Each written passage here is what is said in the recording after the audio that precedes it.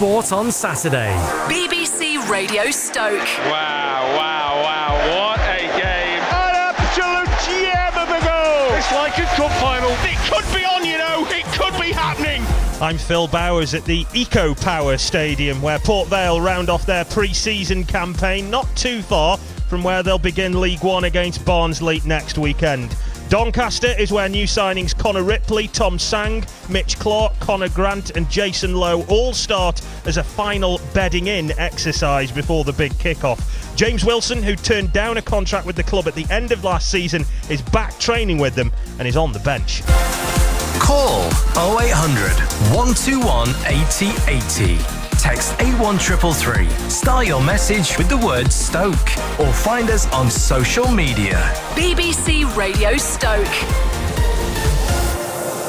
Good afternoon from what has to be said is a very, very, very sunny Yorkshire. Even so, all good Stokies never travel without a big coat. So I've got mine on. Adam Yates looked at me in horror and disgust at the fact that I've got a coat on here when we're bathed in sunshine. But you never know what the weather will do. We could have showers before the end of the day, as I've pointed out. The big news, though, is that quite a lot of Port Vale's new signings will play here today in their final pre-season game before the big kick-off next weekend against Barnsley. So, of the ones that are going to play, this is how we think they're going to line up today. It is going to be Andy Crosby's favoured 3-4-3 formation, so we think. Connor Ripley is going to start in goal. He's one of these new signings. Jason Lowe, another, is going to play in the back three along with Nathan Smith and Dan Jones. Then you're going to have four across midfield. Mitch Clark, who is making his fourth debut for the club after 3 loan spells and now a permanent signing. He will play on the right of a midfield four with Tom Sang in the middle and Funzo Ojo partnering him. Connor Grant will play on the left. Then you've got Ben Garrity, who's just going to sit just in front of him, we think, there in a more attacking midfield role. And then with the paucity of centre forwards around, Ellis Harrison, who's the only fit senior one on the books, he's going to play up front, and his partner for today will be, well, more of a winger really, and much maligned at parts of last season in Gavin Massey. He will play up front. Notable by his inclusion on the bench amongst the substitutes is James Wilson. Now, you might remember him from last season, was Vale's top scorer as they got out of League Two, blighted by injury last year, turned down a contract with the club in the summer, and it looked for all the world like he was going to leave. Trained with Fleetwood in the summer, but he's been back training with the club, went with them to their Spanish training camp, and then he's been playing in the last couple of friendlies. He's on the bench today as well, along with Jason Leutweiler, Lewis Cass, Ethan Chislett, Mal Benning, Alex Iacovitti, Oliver Arblaster, James Plant, Jack Shorrock and Rhys Walters. Adam Yates is going to be with us for full match commentary on DAB from the Eco Power Stadium in Doncaster this afternoon, Adam. And first of all, it's nice to be back with you on one of our lovely little jaunts across the country. Are you suggesting you've missed me, Phil? I have missed you greatly, but in terms of the football itself, it's very much now what you would consider a side in Andy Crosby's mould, isn't it? Yeah, I think there are certain differences between Andy and the previous manager. He's communicated that through the press interviews he's done. I'm sure he's communicated that more thoroughly to the players. And I'm hopeful that we see some of the new signings that have come in over the past 3, 4, 5, 6 weeks, and see what they're all about and see if they're in that mould. I'm sure they will be. There's a few that I think have question marks over, but in the main, I think it's been a decent summer. What I would say is, still, looking at the team and particularly the inclusion of James Wilson, I think there is still a shortage at the top end of the pitch. I was going to ask you actually what you made of that, because we've seen some of the more notable free agents, Tyler Walker, Cole Stockton, have gone elsewhere. The rumours, and as much as they are at this stage rumours of the likes of Troy Deeney and Billy Sharp, don't go away, you can see you've got a wry smile on your face, but it must have been hard for them to get a centre forward, particularly given the restructuring they've had to do at the other end of the pitch too.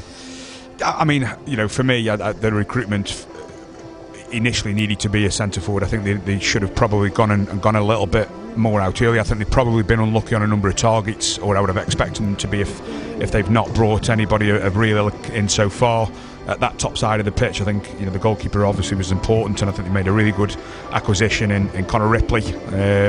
I don't think the other keeper they signed will play too much when Ripley's fit. I would imagine he plays almost 90% of the games.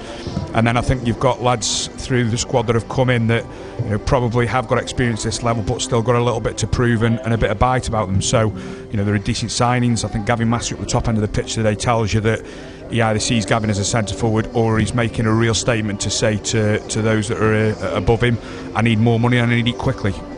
Adam, thank you for now. We'll be back, Rob, for full match commentary from 3 o'clock this afternoon. The only bad part of today, I have to share this with you because I like my food, is that they've given us a voucher for a pie and a drink.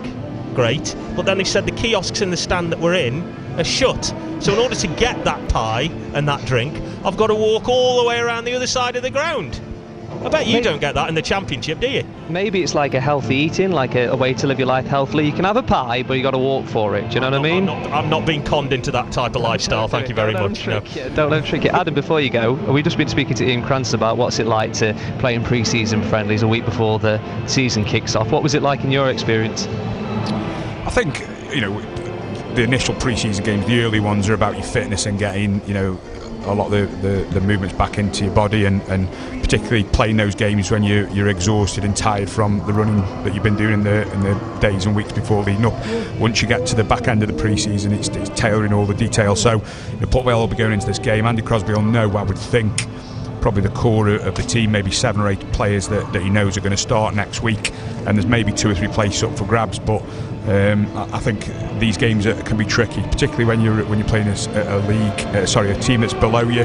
That team will be wanting to go out and put a real good performance on for their own benefit and their own pride. But hopefully Port Vale players are at a position where they're all at the races and ready to go for next week, and they don't want to lose these games. You're going into to games now desperate to put performances in and cement your place for next week. It's interesting you say that about teams below you. I was about to say, obviously Stoke playing Everton here at the Bet365. What's it like when you play teams from different levels? Obviously Vale and Stoke play teams like Newcastle Town and all that kind of stuff. When you've got a bigger team coming to play against you, do you take it more seriously than if it's a minnow? I mean, I would be disappointed if players said they didn't take those other games seriously, but what I think it does is it gives you an opportunity when you're playing teams above you to prove that you're as good as those players that are from higher leagues. If you look at Stoke playing Everton today, I would imagine that all those Stoke lads that are going out thinking that they want to get one over on a Premier League player or a Premier League side and put themselves in a position that they'll get suitable employers chasing their signatures. But they're always tricky. There are a lot of things that go into the thinking for a manager at this stage in the season.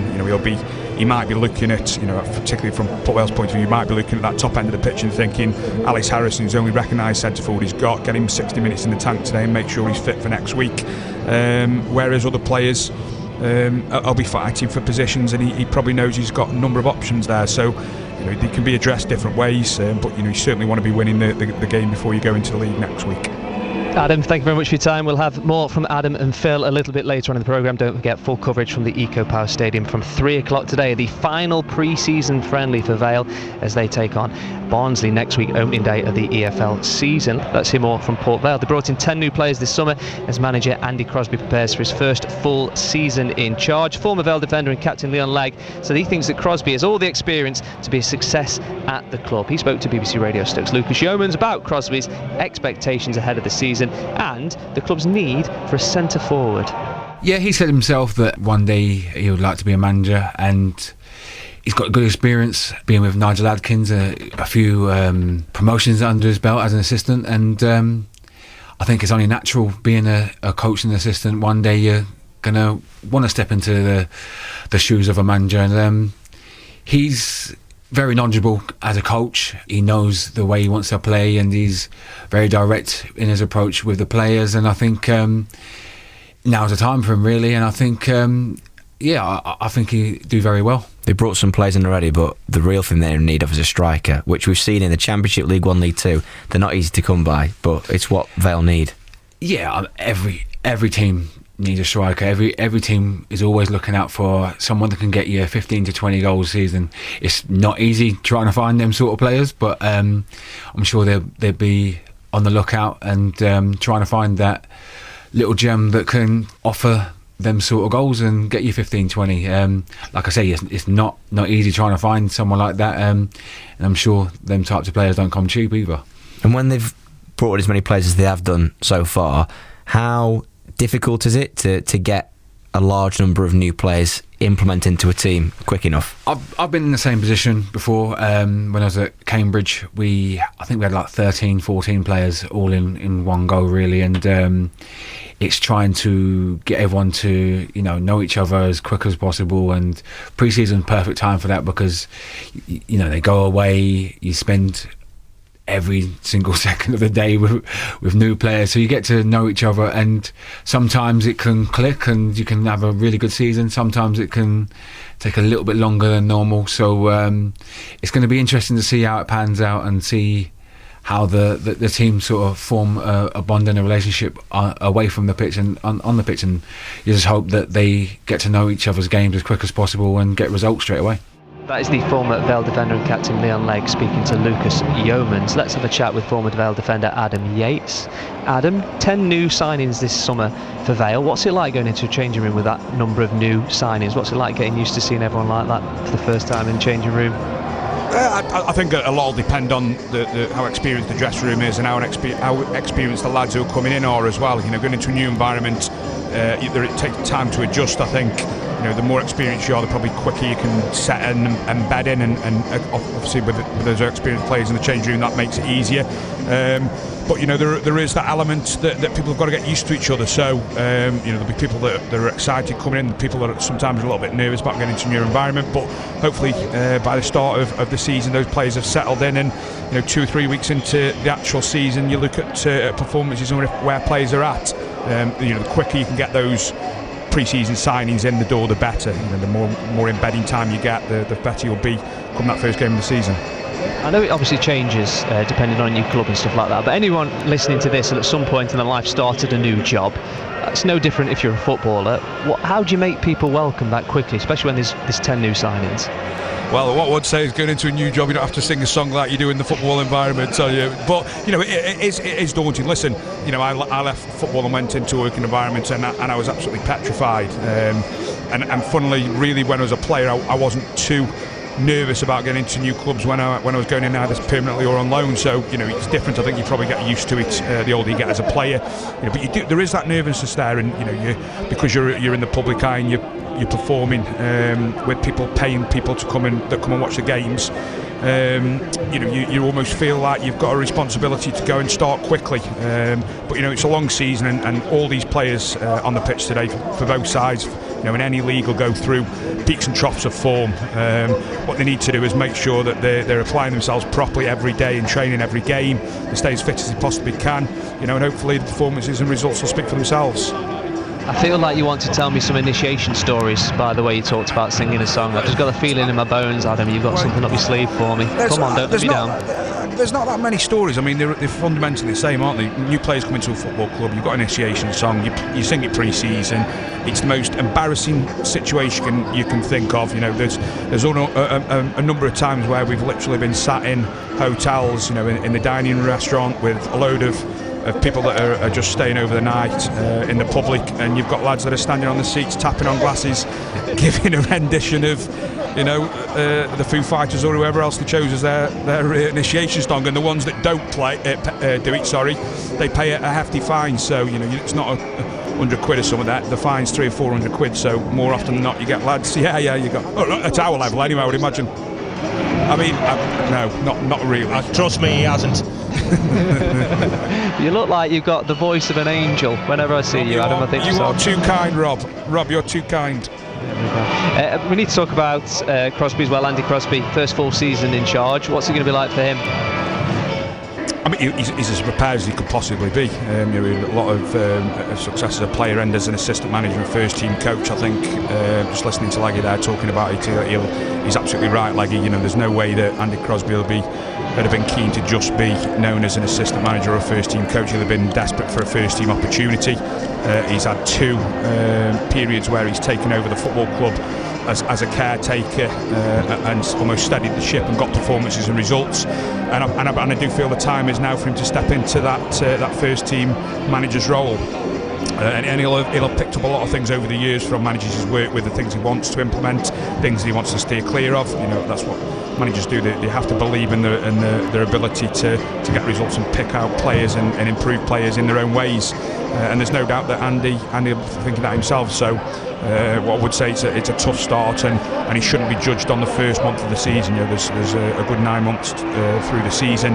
There'll be peaks and troughs with performances and results. But fingers crossed he can put the football club into a position where they're not looking over their shoulders throughout the season. You'll know him as a person. What's he like as a man? What's he like when he walks into a room? Is he one of those people where everyone stops and listens? Is he a person that's quite personable? What's he like? I think he's got an element of authority about him. I think he's got presence. He's got experience. He believes in what he says. I think he wants to be as honest as he can as a manager. And then I would say that every manager says that, and it is really, really difficult sometimes to be really open with your players. There are things that you've got to manage dressing rooms and people. But we keep going back to him. He's got a lot of experience out of it, and now is probably the right time in his career to step into a role, and he's got a really good job to step into. Adam, thank you very much for your time. We'll have full coverage of Vale from 3 o'clock today with Phil Bowers and Adam Yates. Greenock's hard drive pushed out to Eastham. Boyle has scored! Stein has opened the scoring! The goal from Dean Ashton! Stoke City are in the Premier League. 5 in an FA Cup semi-final! Alexandra are going back to Wembley! Port Vale win promotion! This is BBC Radio Stoke. Good afternoon, welcome to sunny Yorkshire, welcome to BBC Radio Stoke, and welcome to Port Vale's, well, not quite season, but pre-season at least, as we bring you live commentary here of this final pre-season friendly between the Vale and Doncaster Rovers. My name's Phil Bowers, alongside me, the former Vale defender Adam Yates. It's wonderful to be here with you. Seriously, I mean it. Thank you very much. Joke. But, I was just going to say the sun's shining, so it does feel like pre-season. The pitches look fantastic as they always do at this time of year, and strangely, for the final game of pre-season, none of the players got their names on the back, which is unusual, really. Well, I think there may be one or two more on the way before that. I mean, let's face it, Troy Deeney and Billy Sharp and everybody else is going to sign before the season starts. Billy Sharp's here today, is he not? I think Billy Sharp may be here today. Troy Deeney may be here today as well, along with several other celebrities from what I've gathered. But the Vale at the moment rely on a forward pair of Ellis Harrison and Gavin Massey. Those will be the two who will start up front today. Vale are wearing their new away kit, which was unveiled yesterday, which is navy blue and a kind of gold colour. Reminds me a little bit of Dairy Milk, if we're allowed to give sponsorship names out, but that's what it reminds me a little bit about. Those big chocolate buttons ones that you get, that's what they look like. And I have to say, Connor Ripley, look at that. Glorious iridescent pink. Barbie pink. Marvellous. Let you go and tell him that. Have you seen the size of him? You go and tell him that. Anyway, he will start in goal today, although we are predicting quite a lot of changes, as tends to be the case in pre-season friendlies. But Ripley will start in goal. There will be, as we understand it, a back three: Jason Lowe, Nathan Smith and Dan Jones. Jason Lowe starting, of course, after his summer move from Salford. Then we've got 4 across the midfield. Mitch Clark will start with Tom Sang alongside him, and then Funzo Ojo alongside him. Connor Grant will play on the left. Ben Garrity will operate just in front of those 4, and then, as I say, that front 2 of Ellis Harrison and Gavin Massey. Doncaster, and this is, as they often say in friendlies, subject to change. Ian Lawler, their goalkeeper. Owen Bailey, Joseph Aluwu, Richard Wood and Tommy Lowe across the back. Then Jack Senior, Ben Close and Harrison Biggins in the midfield. And they have a front 3 of Luke Molyneux, Joe Ironside and Tyler Roberts. The referee is just about to get us underway here at the Eco Power Stadium, and it is Vale who try and work the ball out to the right straight away. We are going to have a bit more of a relaxed commentary today, Yatesy, being as it's pre-season. We're not expecting all the highfalutin statistics and the A game today. Phil, we had this discussion not only 10 minutes ago about being ultra professional and doing things we would next week, as I would expect all the Port Vale players playing today do. That's very true. Yeah, I mean, we're not here for the minutes, are we? You know, people keep listening. They'll have enough minutes out of us. Ball goes back to Connor Ripley inside his penalty area from Nathan Smith, and he now goes out wide to the left, looking for Connor Grant. Doncaster win the ball in the air. It's hooked up towards the edge of the centre circle, and a nice little back heel from Mitch Clark provides it to Jason Lowe, and Garrity with a nice layoff down to the right via Clark looking for Ellis Harrison, but it's just overhit and it will go out to play. I don't like Ben Garrity with white boots. I can't handle that. It's just not him. No, I can't handle that. We'll have to have a word with the media team to have a word with that. Ben Garrity and white boots, please advise him no. Not happening there. They don't look keen. Maybe we need to tell him to his face. I'll speak to him later. Anyway, it's a goal kick for Doncaster after that ball ran out of play. And their goalkeeper Ian Lawlett hits the ball right-footed, well out of play on this left wing, and it will go out for a Vale throw, which Jason Lowe will go over to take. And we can, I dare say this will change as time goes on, Yatesy, but we kind of guessed that Andy Crosby might use that 3-4-3, 3-5-2, and that does look like he's what he's gone with. Yeah, I think the opportunity with Ben Garrity just at the top end of those three midfielders, as we've seen before, when they're put under pressure, he can drop in and make a three in midfield and thicken that midfield area out. But he has got the ability and the legs to get himself back up the top end of the pitch and into the box, where we saw so much success with him in League Two. Dan Jones now firing the ball out towards the left, where Conor Grant is sent tumbling to the floor by Bailey. So it'll be a free kick for Vale, just outside the penalty area on the left side, and this is where Vale have want to make the most of the set piece takers that they brought in this summer. Ethan Chislett, who's on the bench today. Conor Grant, though, looks like he will be one of the favourites to do this, along with Funzo Ojo, as Vale have lined up with players just inside the penalty area, including Nathan Smith, Harrison, Jones, Garrity loitering with intent at the far post, and Massey at the near, and both Mitch Clark and Tom Sang just sitting outside the penalty area, as it may well be the left-footed Grant to supply the bullets here. He and Ojo are both over the ball. The referee is, for a pre-season friendly, being surprisingly strict with the amount of physical contact he wants. Ojo leaves it. It's Grant. It's a good delivery. It's headed up and away by the number 6 for Doncaster, which is Richard Wood, and out for a corner. But a decent delivery, that. Yeah, well, I was just chatting to the analyst team before about the players that have come in, and they were talking about Grant and his ability from set plays. They're expecting him to be up there with double the amount of assists this year in open play and set plays. So it's something pleasing to hear. It's so important that you work on set plays and get them right at this level. Corner comes in now from Ojo, looks for Harrison, headed away by Wood again, nodded into the path of Lowe by Sang, and Lowe tries to take the ball around the 22, which is Roberts, and instead it will be deflected out, and I think that one went out for a corner. It went a little bit quickly there, and it will go out of play, and I think it will be a corner because it's Conor Grant who's gone over to take it. And worryingly, Ellis Harrison has just felt the back of his hamstring. We don't want that. Barnsley are beating Crewe. Vale are at Barnsley next week. Grant's ball in, not a bad one, missed it by the clearing header. Will it drop for a Vale shirt? No, it won't, and Roberts scampers clear now down the centre of the pitch. There are 3 Vale players back, enough to take care of him, but he's got help on the left now from Molyneux. Pops up on that left side, angles in across towards the far stick, looked for a header. The ball got sandwiched there in between Lowe and the number 17 Owen Bailey, and eventually it breaks back out for a blue shirt, which is Sang, who lost the ball. Close picks it up now for Doncaster, and they have the ball inside the Vale half, about a third of the way inside on the right. And Close, who's the experienced man, former Portsmouth player, goes back to Wood.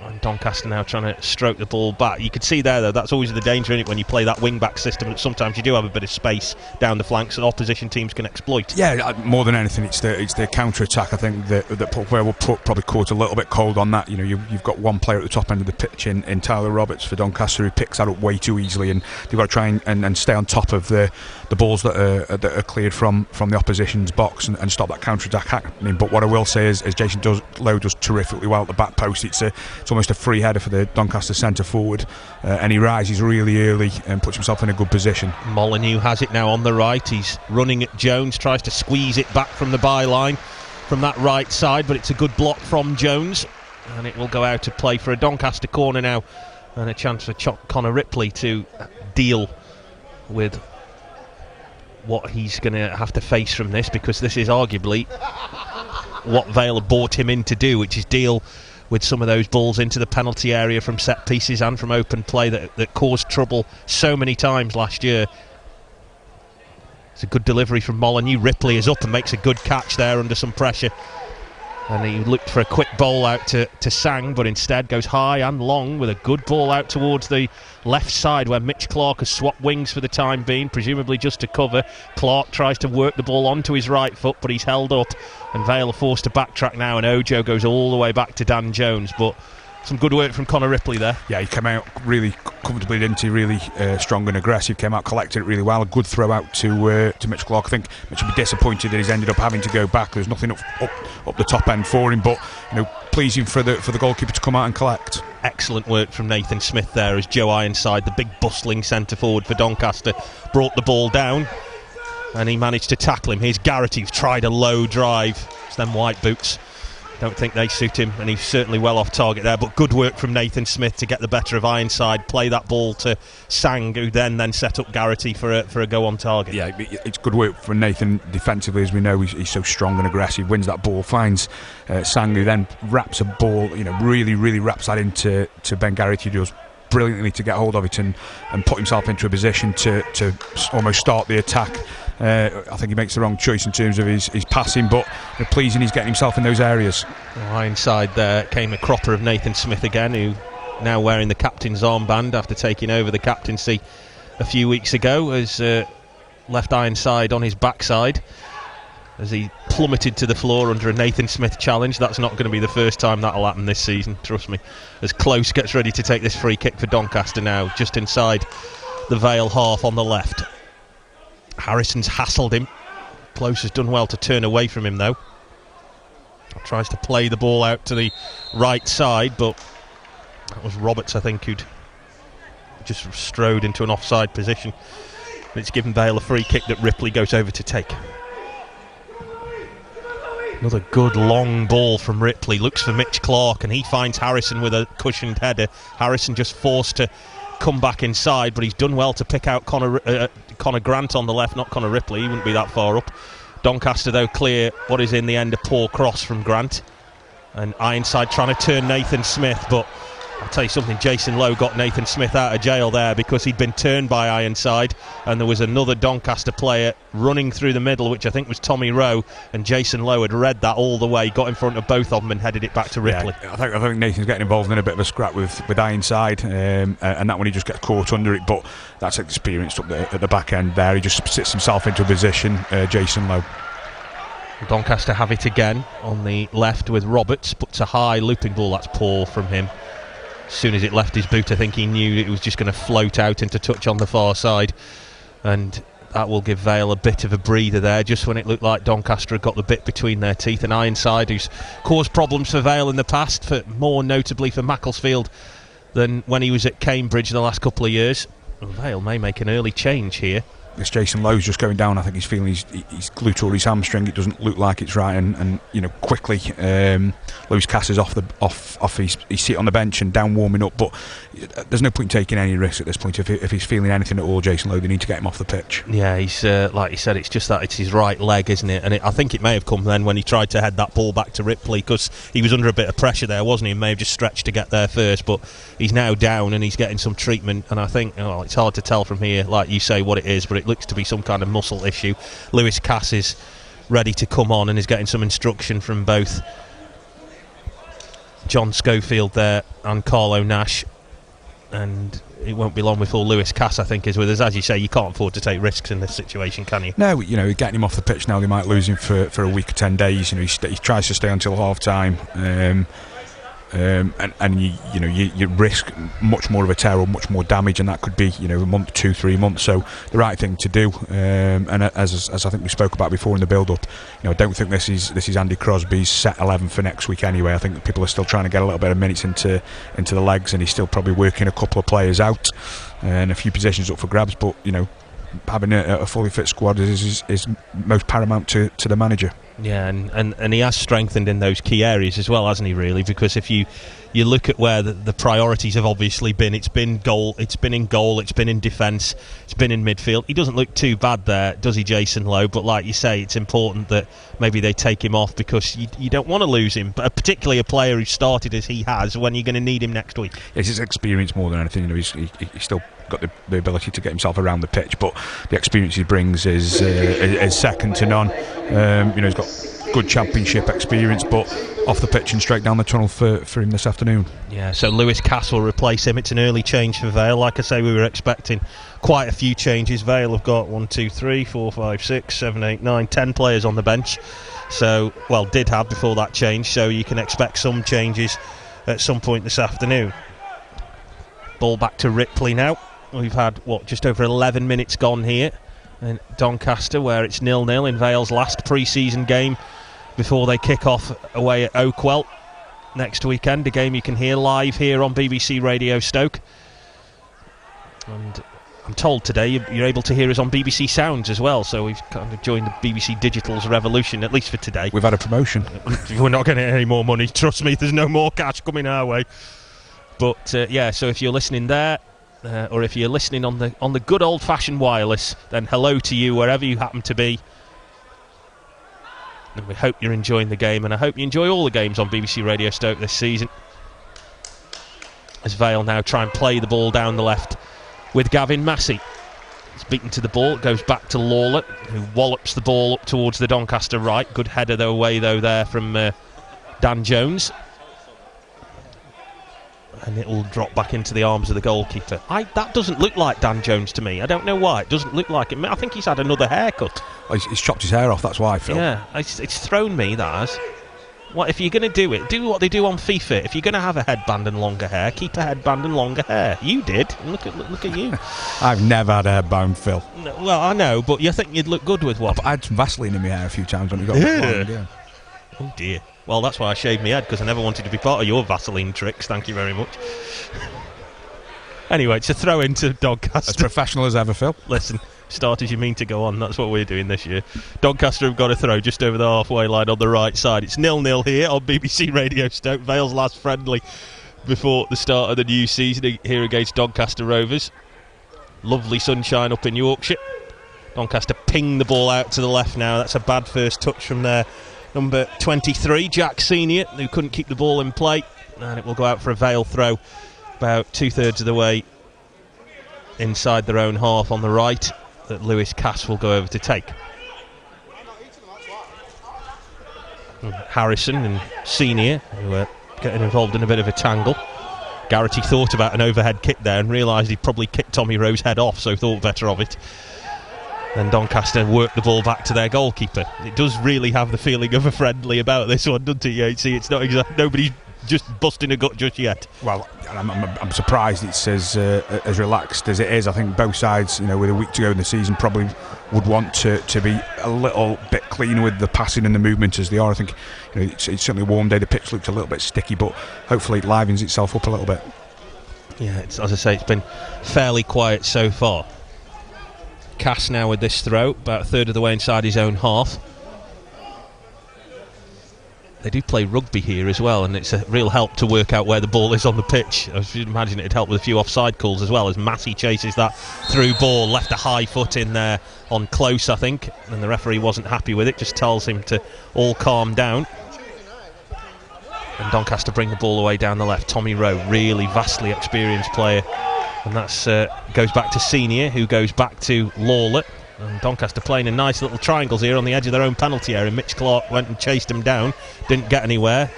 Nathan Smith and Joe Ironside once again getting involved with one another. I imagine Nathan Smith, there's plenty of centre forwards in the league who absolutely despise Nathan Smith, because he never seems to give any of them a decent ride at all. Connor Grant's ball into the box, looks for Harrison, it's booted away by Doncaster. Every centre forward I see looks at him as if to say, I hate you, I can't stand playing against you at all. I think it's even that, the fans, opposition fans hate him, but he's just so strong.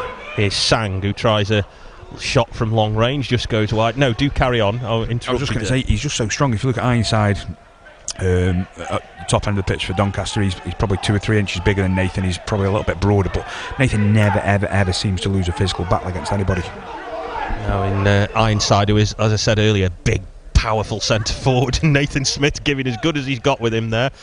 And Rowe tries to take the ball off him. He did well there against Ironside. That is really, though, again, what Nathan Smith likes, because when he's been up against the bigger, more physical players, he does enjoy that. It tends to be sometimes the smaller, nippier ones that cause him more trouble.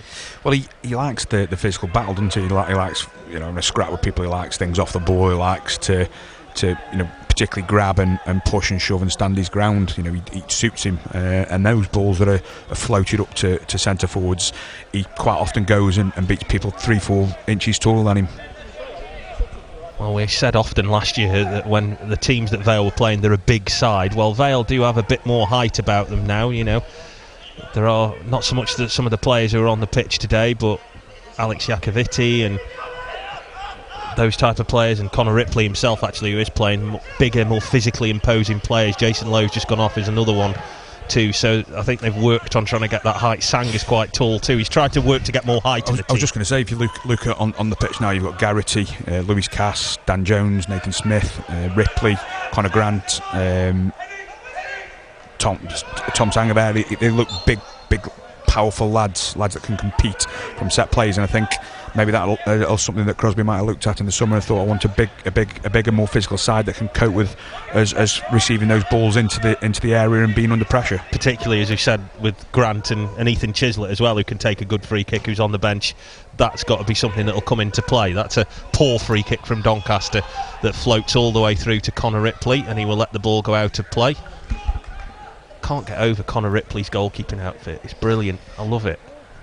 Bright pink, like as was described by you earlier, Barbie pink. It's the season of Barbie, isn't it? It's it. I saw Oppenheimer the other night. I wasn't into Barbie at all.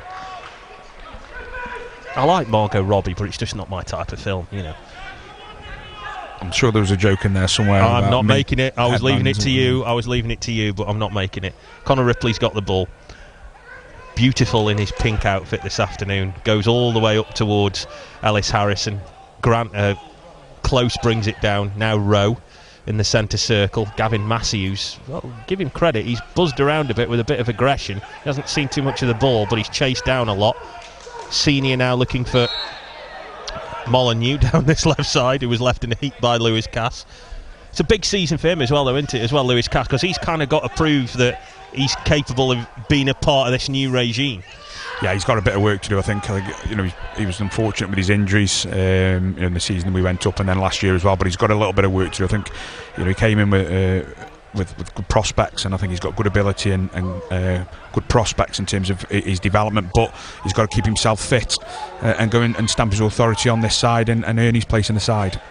Doncaster have just taken control of the game in the last 5 minutes or so. Play a high ball up towards the edge of the area. Looks for the head of Ironside. Mitch Clark did well there to just force him forward a little bit, so he got under the ball, and that meant the ball just bounced off the top of his head and went out for a goal kick that Ripley will now take an interest in. And good work actually from Mitch Clark, and he knew he couldn't win the header there, but what he did do is he just tried to make sure that Ironside couldn't do anything with it when the ball did come to him. Yeah, if that ball goes into the back post and there's a running jump for both Ironside and Mitch Clark, it's really difficult for him to win the ball. So what he's got to do is put himself in a position where he can almost affect the centre forward. He doesn't get a free header, he doesn't let him get a run at it, and as we saw then, he got himself into a really good position. Mitch just edged out Ironside, and Ironside's got no option but just flick that ball on for a goal kick. Well, we've had to change the ball because it's burst. And the first thing Dan Jones has done is wallop it like one of those old paper shop footballs right out of play. What did he used to call them? Flyaways, were they? Where you just hissed him and you never used to knew where it was going to go. And it just hit that as if it was one of those, and it flew right out of play. And Doncaster have got it back from a throw. Spread the play out towards their right side, but good work from Connor Grant chasing back there with the number 17 Bailey, and drew a foul from him to give Vale a free kick midway inside their own half. It's a friendly, so I'm not overly concerned, but Vale have occasionally seen the wide players for Doncaster just get in behind them a couple of times. It's a shape thing more than anything. I think Mitch is starting, Mitch and Connor Grant on the other side are starting really, really high, and that might be something that the management team have asked them to do. But like you just said, it's creating those opportunities for Doncaster to get down the sides. There is Mitch Clark, who's done well to pick up the ball on the edge of the penalty area on the right, tries to ping it through to the overlapping Lewis Cass, gives it back to Ojo. Garrity's done well, finds Ojo again. Now Sang, 35 yards out centre field, out wide to the left to Grant, holds the ball up, tries to take on his man, does well to put a cross in, looks for Garrity. Oh dear, a clearing header, hit Ben Close, the Doncaster midfielder, bounced off the top of his head and went just over the top of the crossbar for a corner. Yeah, it's a better play once Punjo Ojo in the middle of the pitch, Mitch Clark passing the ball as a 1-2, it goes out to Sang, back out on that far side to Grant, who gets it out his feet and delivers. I think that's what they've got to do, Vale. It's a little bit pedestrian at the moment, the way that they're shifting the ball about. You want to see that intricate, quick passing at the top end of the pitch that's going to create them opportunities. So, Vale corner. Funzo Ojo will go over to take it right-footed, so it'll in-swing. High one towards the back post. Harrison trying to get up there, and the referee says that he has fouled Richard Wood in doing so, because Harrison was going to get an advantage from that and end up being able to pull the ball back across goal. The referee didn't like his challenge, though, on Wood, and it's a Doncaster free kick inside their own penalty area. Vale pressing high, trying to stop Doncaster from passing the ball out, and Cass tries to get up with Molyneux to win the ball back, and Nathan Smith and Ironside getting involved again, and big handful of Ironside shirt there from Nathan Smith. Harrison's done well to pick out Clark. He's got Massey just ahead of him in space on the right, tries to ping across in, but it's blocked by Doncaster and booted clear by their defence, and will sail all the way back through to Ken in goal in his pink outfit, and it will drop all the way back to Nathan Smith. That was tickled the poor Vale media team. Just fell. I'm not going to call him Barbie. No, you can do that. And now Ripley again has got some options ahead of him. Not actually spoke to Conor Ripley yet. He may hate what we're saying about him, so I don't want to tempt fate too much. Good ball from Ripley to find Clark on the right. Cushioned header for Harrison. Back to Clark, and Garrity gives it to Cass. Stabbed forward by Cass to Garrity. Cass again trying to play on the overlap and get the better of that Doncaster defence, but on that occasion Roberts, tracking back, managed to get in front of him. It goes out for a Vale throw, about 3/4 away inside the Doncaster half on the right. Good work from Garrity to find Clark. Back to Cass, fires in a good looking cross, looks for Massey, headed away though by Luwu. Sang's done well to keep the ball. Nice ball out to the right to Clark. Cass ahead of him. Clark's done well now, scampered away from one challenge and another, placed in a cross, but it was cleared away. Needed a little bit more height on that from Mitch Clark, and eventually cleared away. But excellent work there from the Vale number 7. Yeah, he's getting a little bit more intense out the top end, isn't it? It seems like the game has picked up. Players that now on this last pre-season game should be playing it as though it's a league game. Your preparation for next week, and Mitch Clark there increased the intensity. His passing was a little bit crisper. Lewis Cass put a good cross in. It's getting better. Good work from Massey to kill that kick from Ripley and find Clark on the right. Now Ojo getting involved. Clark again, who's really got the bit between his teeth so far. Here's Garrity. Good angled ball out to the left to Conor Grant again, who's got a bit of magic in that left foot, but instead leaves it for Sang.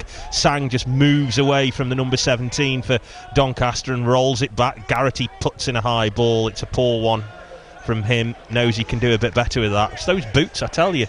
No good. White boots. It doesn't suit him. I don't think that's where Ben Garrity's best utilised, picking that ball up deep and trying to spray the pass. I think he's the one for me that's got to be at the top end of that midfield. You just look at the reshape now. Funzo Ojo and Ben Garrity have gone as the deeper two midfielders, and Sang at the point. I think Ben's the one that's more suited out of those three to play that more forward role. Yeah, they've just rejigged a little bit, haven't they? So it's kind of like 3-2, really, isn't it? That's how they've played themselves as to where they're going at the moment. The two, what you would call wing backs, are very, very high up, aren't they? Well, that's why you spoke before about the opportunities for Doncaster. Mitch there, where I'm looking at him now, he's a good 15-20 yards away from Lewis Cass, who is the right-sided centre half. So potentially I think Mitch's position, he's got a little bit more defensive there, just to make sure that if there is an attack coming, he can give Lewis some support. Doncaster have got the ball on the right now. 3 Vale players round the man, but the ball goes into the box. It's good work from Lewis Cass as Ironside was ready to leap there and power that header in.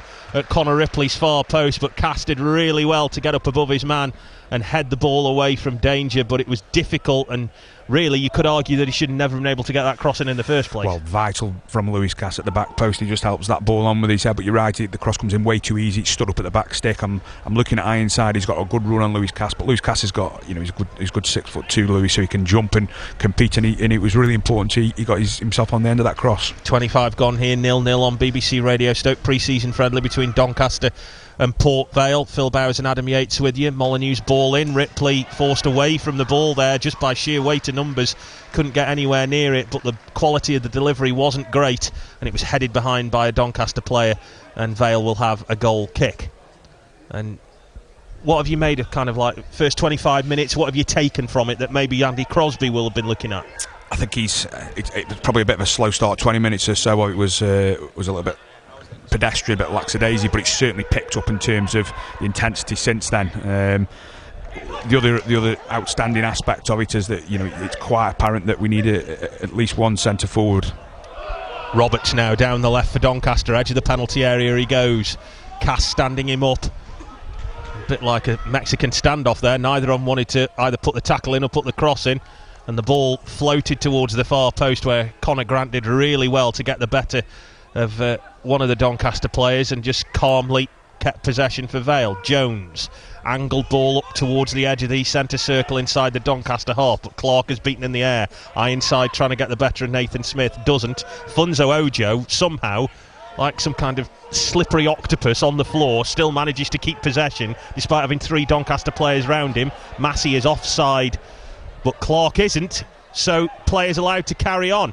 Here's Garrity, tries the drive, and it's just wide of the post. Didn't take a deflection on the way through, as I think Garrity thought it might have done, but that was intelligent from Vale, because Gavin Massey's run from, I think it was Sang's ball over the top. He was clearly offside, so checked his run. Mitch Clark, though, was onside, got on the end of it, teed up Garrity, who dragged his shot just wide of the post.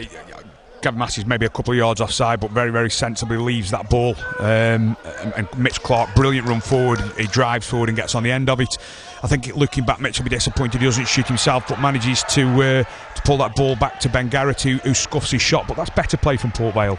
Well, Vale have given away a corner here. It was just a long ball from the goalkeeper up the opposite end of the pitch, and Cass was finding it difficult to deal, I think, with Rowe, who was hunting him down.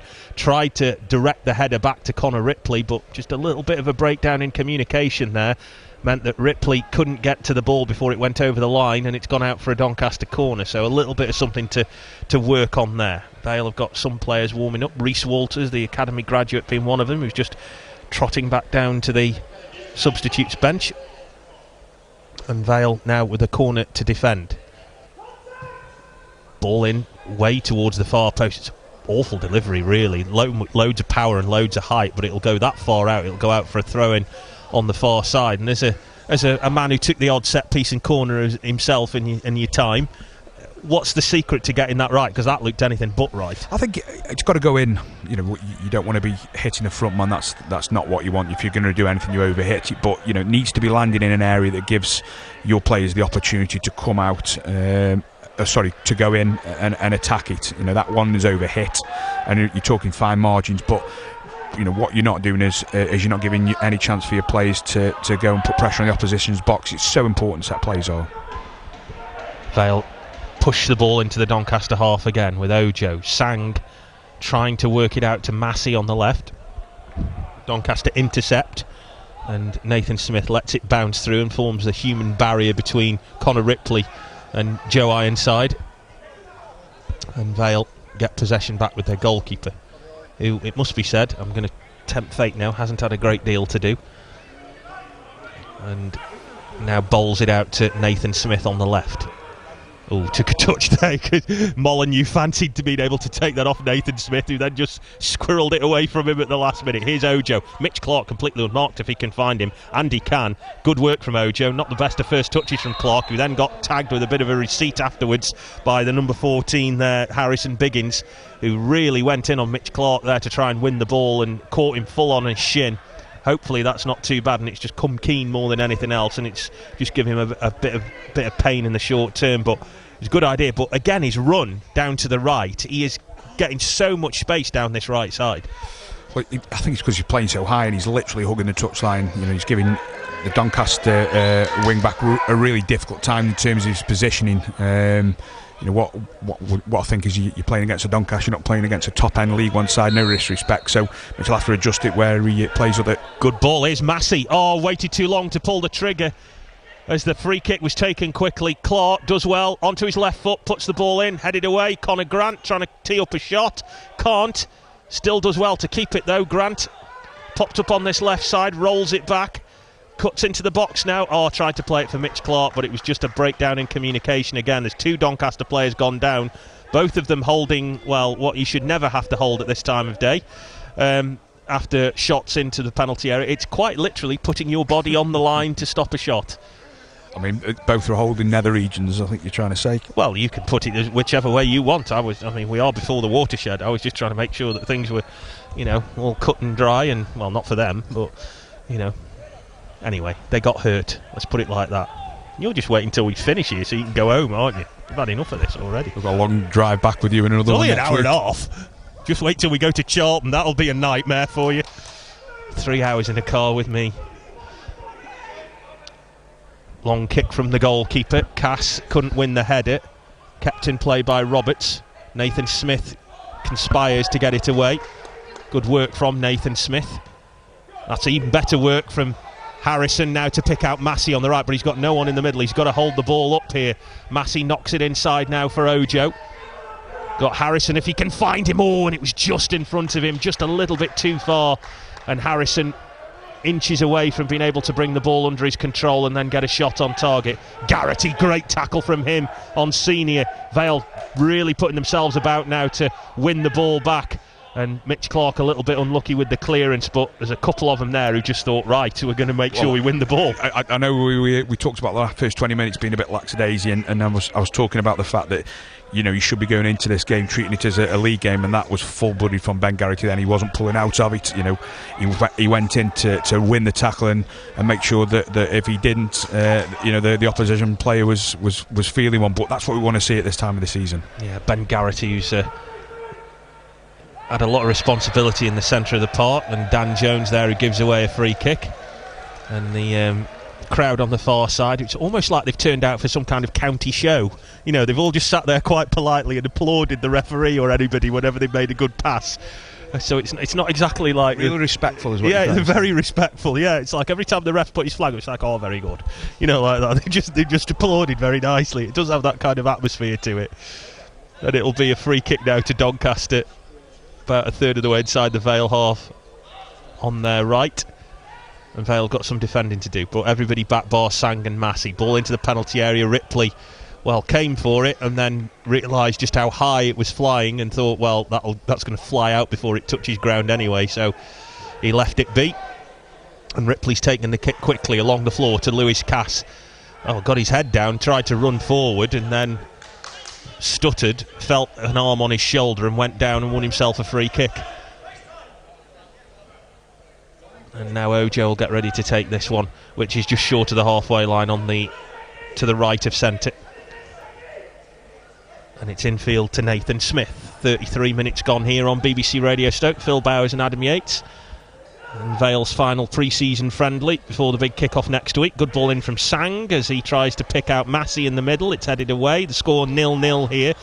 Ben Garrity's had a couple of decent shots on goal, and that's about it really for Vale. But it's been a pretty tame first half. Ojo has asked a lot there of Sang, but he might well get there first, and he will win the ball. He'll just about keep it in play.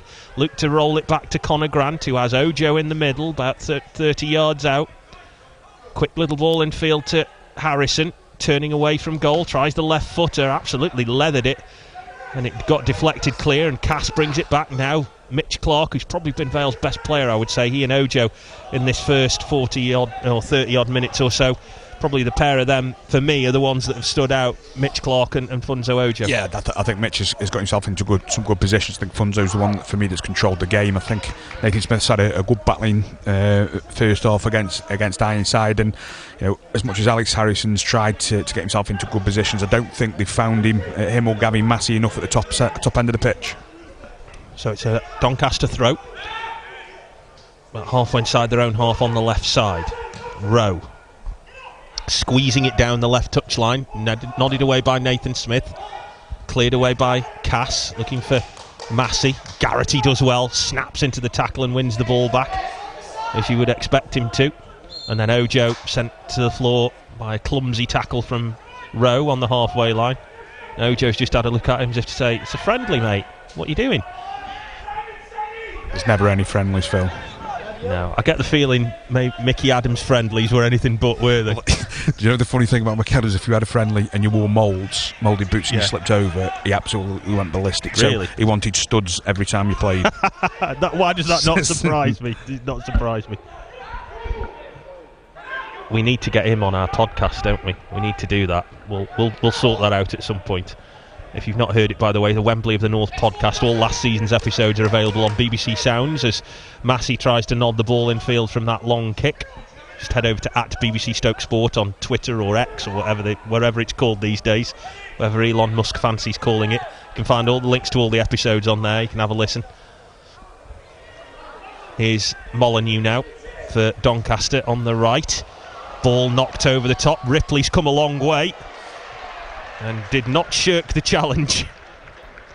Let's put it that way.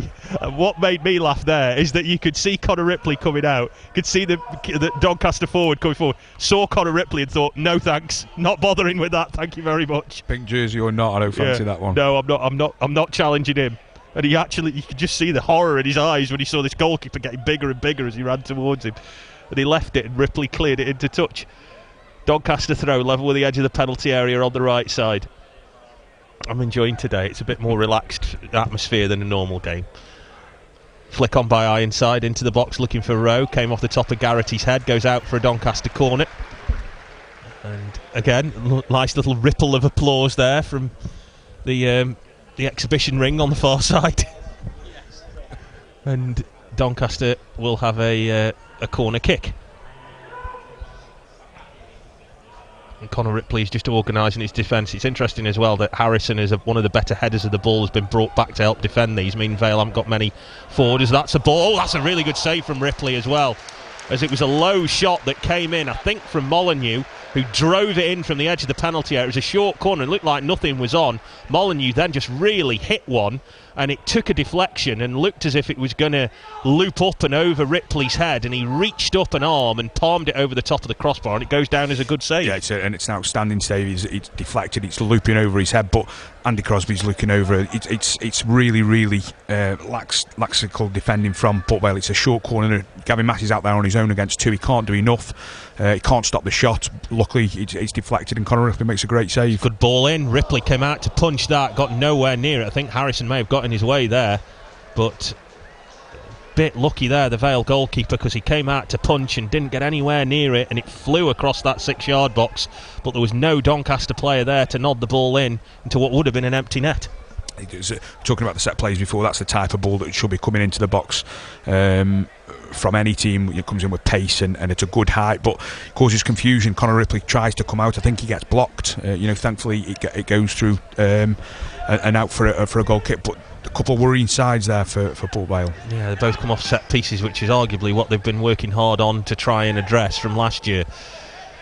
Cass now with a header away as Doncaster try and build down the centre of the park. Here's Massey. Got some good forward runners here. Finds Clark, and now Clark looks for Sang. Garrity brings it down on the right.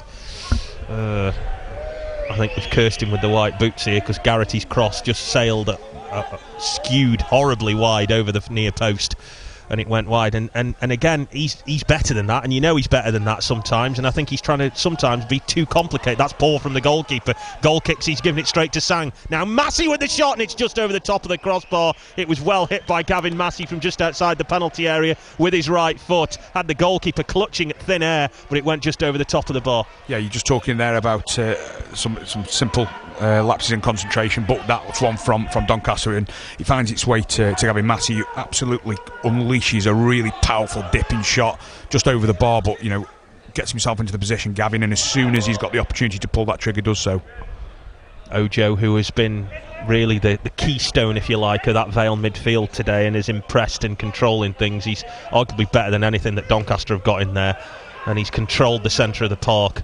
Garrity does well now, wins the header, looks from the throw, looks to find Massey, who does even better. Garrity there hauled to the floor by Close, and it'll be a free kick to Vale just over the halfway line on the right side. Garrity's had a little bit of a moan, and Funzo Ojo's had an even bigger moan at the referee. It is the responsibility of both captain, now Nathan Smith, and Funzo Ojo as vice-captain, to moan at the ref.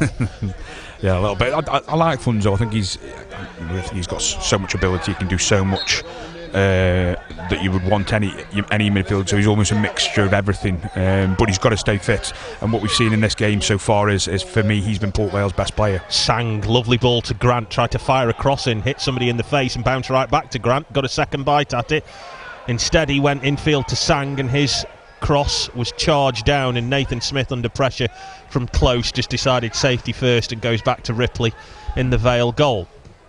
He's now hit a long one right over the top here, looking for Grant, who's cushioned the ball back into the path of Sang on the edge of the area on the right, and he now finds Harrison, holds the ball up, but that's allowed some red shirts to get back, played back here. Not a good ball, but nobody really read it there. It was an excellent ball from, I think, Dan Jones, who popped up out there on the left. Drove the ball back across the edge of the area. Ojo may try one here and does, and hits the top of the crossbar from about 40 yards. It was a real stunner from Funzo Ojo. Saw the keeper off his line, thought, I'll have a go. Jones puts the ball back in, looks for Harrison from the rebound. Doncaster get it clear, and the referee is saying there's an offside flag there. But Ojo just thought, well, I'll have a pop. And he very nearly scored. Well, we're looking at the lines on the pitch, aren't we? And he's probably only 3 or 4 yards in front of the centre circle. He's free. You're thinking he can't hit it from there, but he catches it absolutely perfectly, almost similar to Gavin Massey's only 3 or 4 minutes ago. He gives the goalkeeper absolutely no chance. He's fully almost 40 yards out there, and it rattles off the crossbar. Yeah, he really hit it well there. He can do that. He did score in pre-season this time last year at Rochdale with an absolute stormer to win that game 3-2. Rochdale were 2-0 up in that game, if memory serves me correctly as well, but Doncaster have got the ball back. Here's Rowe, centre field, brought down by Aluwo, brings the ball out from the back. Massey trying to charge him down.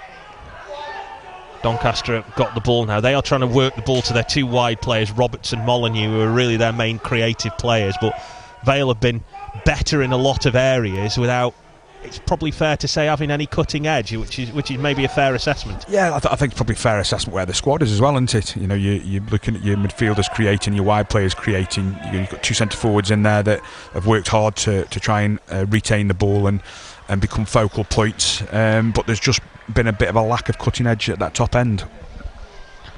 Throw to Vale now. Goes back to Dan Jones. Oh, nice turn from Jones. The old Cruyff turn there. Just tried to whip the ball in between 2 centre halves, couldn't find Conor Grant, and it'll go through to the goalkeeper, who, because Doncaster's goalie kit looks exactly the same as Vale's did last year, I keep thinking is Aidan Stone, but it's not. Cass now with a good challenge. 2 Doncaster players getting each other's way and end up walloping it into touch on this near side. Having a bit of a laugh. What's up with you? I've got Dan Townley sat behind me with his little squadron, and the squadron. Such a name. There's so many of you that now there's a huge team, but they're sitting squabbling over something of the 2 Doncaster players. And I've just got Dan in this corner of my eye, just having a little giggle every 2 or 3 seconds. Pay attention to the game. This is what we should be doing. Here come Doncaster. They're on the attack. If we miss a goal now, you've had it. Sprosen all the way for next season.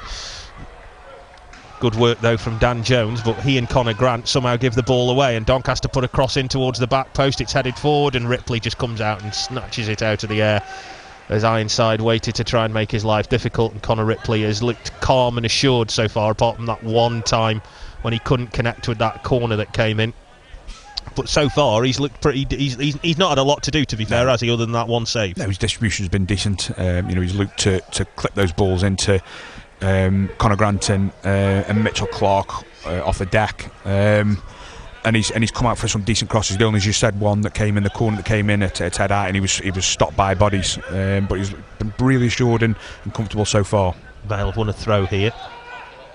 Wood have dealt with Ripley's long kick. Vale throw halfway inside the Doncaster half on the right. Cass, who was an early first half substitute for the injured Jason Lowe. Lovely work there from Funzo Ojo to get away from 2 players and bring the ball down, but Vale passing the ball around nice. Lewis Cass though couldn't find Clark on this right side, but we've talked about him already at length. But Ojo's looked to cut above not just Doncaster's midfield, but sometimes his own midfield. Yeah, I think he's just had a passage of play there where he's going nowhere and in trouble, and all of a sudden he wriggles himself out. That they're the type of things that somebody with Ojo's class can do, and he's so important for this Port Vale midfield. 3 minutes of added on time at the end of the first half. Adding on time in a friendly. What's the point of that? I don't understand this. Why would you put 3 minutes on? What for? They do things professionally, Phil. Oh, listen. Do what you enjoy with the people you love as often as you can. That's what I say. And if that means knocking off 3 minutes of added on time, knock it off. Free kick now to Doncaster. I've sounded like such an old man today. Headed in field by Molyneux. Dealt with, though, by Conor Grant, who's back defending. Now Clark. Hoofed forward by Lewis Cass, who was looking for Massey or Harrison to chase it. Neither did. And eventually it's been pushed clear. And Doncaster get it back with Wood. Out to this left side now to Senior. In field, asked a lot there. Garrity slid in again and won the ball back, and Clark tried to get hold of the loose ball. Couldn't just do it all, and he's just pulled something there as well, Mitch Clark. He's holding his groin. And he's just got a little bit of a... I'm not sure, he just stretched to try and keep that ball in play, and he just had to stop himself. I hope that doesn't turn into something more serious, because he's been one of Vale's better players today. Ball over the top from the throw, flicked on by Ironside. Nathan Smith is there, put his head in where it hurts, with the challenge coming in from the number 22 Roberts, and then Nathan Smith wins the free kick. For a moment just went down as if to say, I'm really hurt and I'm holding my head, and then when he saw he got the free kick, jumped up like a jackrabbit and ran off. That's not like Nathan Smith at all, is it? Ojo now with this free kick just over the halfway line. Went into why bother 3 minutes of added on time at the end of the first half in this friendly. And now back to Cass. Vale have it on the right. Ojo stumbles under a challenge. Clark wins it back, keeps going, fends off Senior, needs some help, doesn't get it. Now Sang with a nice ball through to Massey, just overhit slightly, couldn't keep up with the ball to keep it in play, and it's gone out for a goal kick, and you do feel that the referee might well say, well, that's that. But overall it's not been bad. No, I think Doncaster have caused Port Vale problems a couple of times in those wider areas where people probably haven't tracked the runners properly. Set plays have been okay. I think Port Vale have looked vulnerable maybe from one. And as the games wore on, Port Vale are the side that you think are the most obvious at this point in time in taking the lead. But you can see that there's more needed in terms of the top end of the pitch. Now he's carrying on. Oh no, that's it.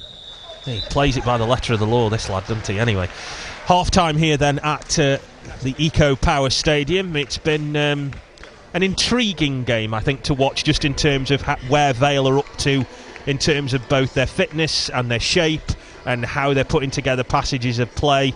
But as we said towards the end of that first half, Adam, it is largely where they are as a whole, is that they've played some really nice football. They've kept the ball pretty well. They've just lacked a little bit in front of goal. Yeah, the quality has got better as the game's gone on, and they've increased the intensity as the game's gone on with the top end and their attacks and creating chances.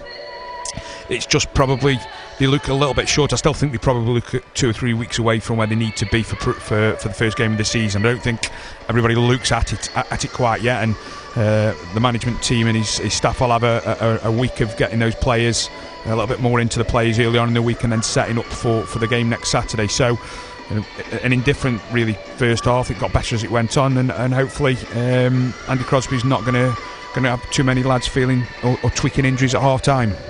That is the story of the first half here then. It's rounding off Vale's pre-season friendly schedule at Doncaster, where at half-time here at the Eco Power Stadium, it's Doncaster 0, Port Vale 0.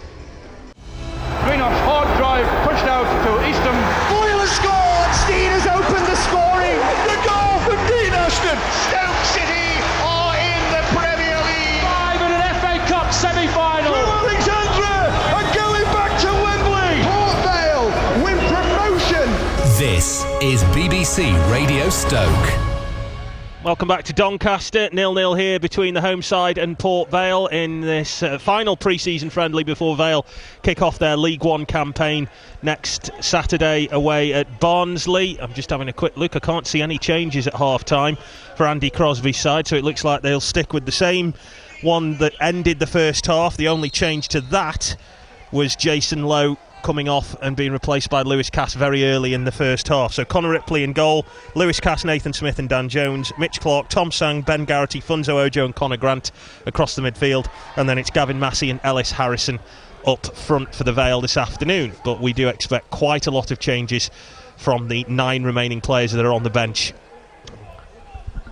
throughout the rest of this afternoon.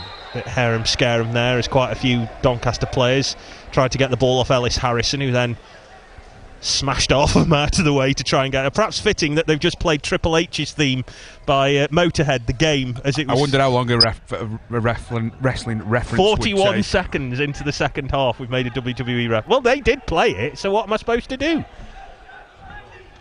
Ellis Harrison is like the Triple H of this team. You just need to give him a sledgehammer. Doncaster free kick. I'm sure this will be of good pedigree. They're getting worse. It's pre-season. We can do many of these. We get them all out of the way today. Get them all out of the way now. Get them all out of the way now. Yeah. Doncaster free kick, halfway inside the Vale half on the left. Drifted in. It's a good delivery, and there's the header, but it was straight at Connor Ripley from Richard Wood. There was an offside flag up anyway, but Wood got up really, really well there above that Vale defence. Directed his header towards goal, but Ripley stood firm. It was straight at him in truth, but the offside flag had gone up anyway. Yeah, I mean it was a free header. Those are fine margins, and I'm not sure you should be playing or playing offsides from corners, but it's straight at Connor Ripley. It's an easy enough save for him, but free header, no contact on it. Well, Vale tried to clear the ball quickly, won themselves a free kick from a handball. Dan Jones is now under pressure from Molyneux. He's done well to keep hold of the ball. Brings it down the left, tries to hit it down that left touchline. There was no blue shirt there, so it goes all the way through to Lawler in the Doncaster goal. He hits it long now, looks for the run of Ironside, and Nathan Smith and Lewis Cass, between the two of them, managed to get there before the onrushing Tyler Roberts on the Doncaster left, and it goes out into touch for a throw. And it's the number 17, Owen Bailey, who's come across to take it. Halfway inside the Vale half on the right. Doncaster giving the ball away again. Massey now back to Sang. Tries to clip it forward for Harrison. Finds him. Lovely back heel. And Mitch Clark is away and clear on the right here. And he's got some room to run into. Gets into the penalty area. Tries the low ball across goal. It nearly found its way to Harrison. But Richard Wood was back quickly to cover. If anything there you could criticise, it was the fact that Mitch Clark's final ball lacked some pace. Yeah, he just needed to pull the trigger and either shoot early or pass that across the face of goal. But Alex Harrison does remarkably well in the middle of the pitch. He's got 3 or 4 players around him, and he just manages to produce a little bit of skill to effectively put that Port Vale attack and out for Mitch Clark to blast onto. So really good play from Alex Harrison there. Doncaster now bring the ball away down their right. Dan Jones gets there first, goes back to Connor Ripley, and forward and high up towards Sang on the left, who couldn't bring the ball under control. Good idea from Ripley though, who, got to say this as well, with the ball at his feet, he has been quite precise when he's been finding players as well. Yeah, he's at 1 or 2 out of play, which is not a bad thing. He's over-hitting it rather than under-hitting it. So when he's kicking it wide, but his distribution has been really, really good this afternoon, particularly with the way that he's been calm in possession. He's not rushed things. He's had good starting positions. He's come in collected crosses. There's one you could probably criticise him for, but the others were very, very good.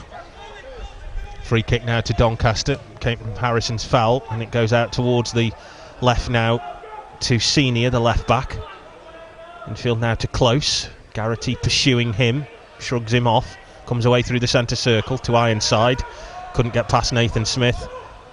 I get the feeling Nathan Smith rather enjoyed that, as well as Ironside tried to turn him, and Nathan Smith just wrapped a leg around it and got rid of the ball. That's not great from Cass, who's tried to intercept the ball and he's let it roll off his thigh, and now Roberts comes away down that left side, but Cass has done well to recover, and a combination of he and Ojo, who did far more of the dirty work there than Lewis Cass did, Ojo came back and bailed him out, and then won himself a free kick through all manner of nefarious ideals to try and win himself a free kick inside the penalty area. It was poor from Lewis Cass early. He's misjudged the ball. He's tried to win it and couldn't get there, but he recovers really, really well. But Funso Ojo, for everything he does offensively, defensively, he's so secure with his position. He sees Lewis Cass is in a little bit of trouble. He gets himself into a position to clean it up and ends up buying the free kick as well. Ball through the middle now for Doncaster, looking for Ironside, but nodded back to his goalkeeper by Dan Jones. Ripley brings the ball outside the penalty area. He's asked a lot of Funso Ojo there. The ball was quite a long way in front of him. Cass has done well. Tried to play it to Mitch Clark, who tried to be a little extravagant and dummy himself and then run onto it, but didn't quite come off. Cass leaps above Roberts and concedes the throw. Well, I thought he did. I thought he connected with that. Well, the quite quiet crowd on the far side have just had a little ripple of discontent to the fact that that looked like a Doncaster throw and they gave it Vale's away. The county show crowd. Yeah, the county show crowd have not really got that upset about anything all afternoon, but then when it should have been their throw-in, then they got annoyed. That's not great from Sang, giving the ball away. And the ball is played towards this right side for Ironside, who will pump his legs to try and get there first, and fair play to him did, kept it in play. Now Molyneux on this right side floats a cross in, overhit massively, and it will go out of play for a goal kick. And Ripley is just having a word with Nathan Smith just to work out a few things. Pre-season is important for stuff like that as well, though, isn't it? Because a goalkeeper and his defence is going to need to have a real efficient line of communication so they know what each of them's going to do. Is that hard to get right? I think obviously the more days you train together, the more games you play, the better it gets. You've got enough experienced players in that back line to make sure it almost doesn't take as long as it would with others or inexperienced players. But you can see that Conor Ripley's got a really good starting position. That's important because it brings a real element of security for those back players, for those balls that go in behind. You've got a goalkeeper that's willing to come off his line and win balls and take players out. That's a good ball to Biggins now on the left for Doncaster. Rolled back to Roberts, tries to put a cross in. Ripley is up well, and I think he was helped out a little bit there by Conor Grant, who came to take over and take care of Molyneux, and it was a good bit of play from him, and then allowed Ripley to come out and gather the ball unchallenged. And then Ripley was the recipient of the bowl out, but the ball has found its way back to the Vale goalkeeper. Has a touch of the Brock Lesnar about him, it must be said. He looks very much like a... So this is Bobby Kern and Brock Lesnar, and the second wrestling reference in... second wrestling reference in, what, 5 minutes? 7 minutes. 7 minutes. Like I say, get them all out of the way today. Next week will be proper professional, but today... I'll have no listeners left at this rate if you carry on. No, it's only because you're there. I'm told people like me. Nobody's telling me to my face, but I'm told that. Here's Nathan Smith. Oh, he's lost out there, though. That wasn't great from him. Just took his eye off the ball. Cass had to bail him out as it was Roberts who tried to profit from that through ball that didn't find its way to Ironside initially. And now Roberts is at it again, and Cass is with him, and Cass picks out a big grabs hold a big handful of his shirt, and it will be a free kick to Doncaster. Oh, and he's going to get a booking in a friendly. Is he? The referee got a card out there. Referee's having a little chat with the crowd as well. I think Lewis Cass just gets done in behind. I think he's tried to gamble on a couple early on in the second half already. That's the third time he's tried to win the ball in front. I think he's just got to edge on the side of caution, get his positioning right. He's eager to win it. He didn't play a lot of football last year, so he'll be desperate to make a good impression. But what he's got to do is just err on the side of caution. Make sure you're in a good position so that ball doesn't go in behind you. And if it is that your player gets it to in this race, instance Tyler Roberts, it can be a handful. So don't get done in behind and try and defend better than he has done. It's a Doncaster free kick then from that foul by Cass. About a yard in from the touchline on the left, 10 yards away from the corner flag. Ball's driven in. Ripley doesn't come for it. It's dealt with by his defence. It comes back for a low drive into the box there from the number 17, which is Bailey. It's cleared away. Aluwu is up there as well and clattered into the back of Ellis Harrison's head, who goes down holding the back of his head there. Aluwu, the big number 5, who leaped up into the air and headed the ball downward, but ended up smashing his forehead into the back of Ellis Harrison's skull. He's up and he's rubbing the back of his head as he walks back up towards the halfway line, but he's taking the pressure off his team there by winning a free kick. But he is so important both ends of the pitch at the moment, Ellis Harrison. A, for being the only centre forward on the books really, and B, for his defensive qualities. That's a good free kick though, and Garrity's won it out on the right. Now Clark floats the ball in, looks for Harrison, tries to win it with his header, looking for Connor Grant. The referee did not like Gavin Massey's challenge there on one of the Doncaster defenders to create the room for Harrison, and so he's given a free kick to the home side. Yeah, Mitch Clark there, I think he can play that one first time, that cross, and wrap it in with a bit of pace. He decides to put his foot on it and just help it in there, and to be honest, I think Gavin Massey's got no chance of getting it. He's tried his best but hasn't really had any opportunity to. Molyneux brings it down under pressure from Grant, tries the shot. Ripley has to turn it round. I'm not sure he knew just how far away that was going. He pushed it wide. He perhaps didn't need to, because we were right behind the shot from Molyneux that wasn't on target. Ripley had to be sure, pushed it away to the left. Cass came back to challenge Roberts, who was looking to try and poke in the rebound, diverted it behind the goal, and a little scream of indignance you could hear was from the from the home fans on the far side, who felt that was a penalty. I think Port Vale are just getting caught with those balls in behind at the moment, aren't they? I think too many are trying to win it in front. Another one that's just in behind, down into the channel. You're right, the ball is going quite clearly wide from where seen, but Connor Ripley does the right thing and gets a hand on it, and Lewis Cass does really well at the back post to put that ball out for a corner. Driven in towards the near post, Garrity puts it high up into the air but with no distance. Ripley trying to get it, is prevented from doing so. Ojo brings the ball away like an Olympic sprinter, just gets it clear, gets out of the penalty area, and then tried to get away from his marker, felt a little briefest touch on the challenge and went down and won himself a free kick. He's very intelligent like that, Ojo. As minutes he knows he needs to create a bit of relief from pressure, he'll go down. Well, he puts his body into a position that means that he doesn't really have to give it away unless he's kicked in the back or fouled, and that's experience and quality. There's enough about him to get around the pitch in terms of his legs, but his experience is absolutely vital for this team, and that's just another example there. 56 gone, 0-0 here in this pre-season friendly between Doncaster Rovers and Port Vale. Phil Bowers and Adam Yates, your commentary team. We'll be back again at Oakwell next Saturday as part of Sport on Saturday with Rob Adcock here on BBC Radio Stoke.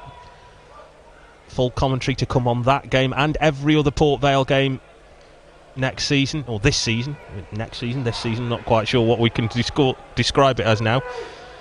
That's not great from Massey. Jeers from, well, it has to be said, both sets of fans there, from Cass's throw that Massey just passed into touch. It's a big season for him as well, because if he can prove himself to be the answer as a striker, but it does have that kind of feeling here as Garrity tries to skip around one but not the other. It does have that kind of feeling when they try to convert David Amu into a striker, a wide player as a centre forward. I think you're right. I don't see that he is a centre forward for me. I think he's one that can play wide in a three or wide in midfield, but he's got to play up there, I think, and as I said in the build-up, I think the fact that he's playing there is almost a statement to those that are in charge of the finances or recruitment to say we need somebody pretty quickly. Doncaster have the ball out on the left. Cass trying to stand up Roberts, who tried to put the cross in. Assistant referee has no idea if that was a goal kick or a corner. I love that these days now. When they're not sure, they just keep the flag down and everyone looks at him as if to say, you should know. And he had no clue whatsoever there whether that was a corner or a goal kick. The referee's decided for him and given a goal kick. Vale have got several players warming up. Oliver Arbalaster is out there, as is, can we say, the artist formerly known as James Wilson. So he is out warming up. As I say, it's a funny situation that he turned down a contract with the club at the end of last season and has now found himself still training with them and has played in a couple of friendlies, went to the pre-season training camp. It remains to be seen what will happen with him. Here's Clark trying to poke the ball through to Harrison, but instead finds Ojo, knocks it out to the left to Connor Grant, who's got a bit of room, tries to take on Bailey, doesn't get there. Ojo picks up the loose ball, forced back towards the halfway line.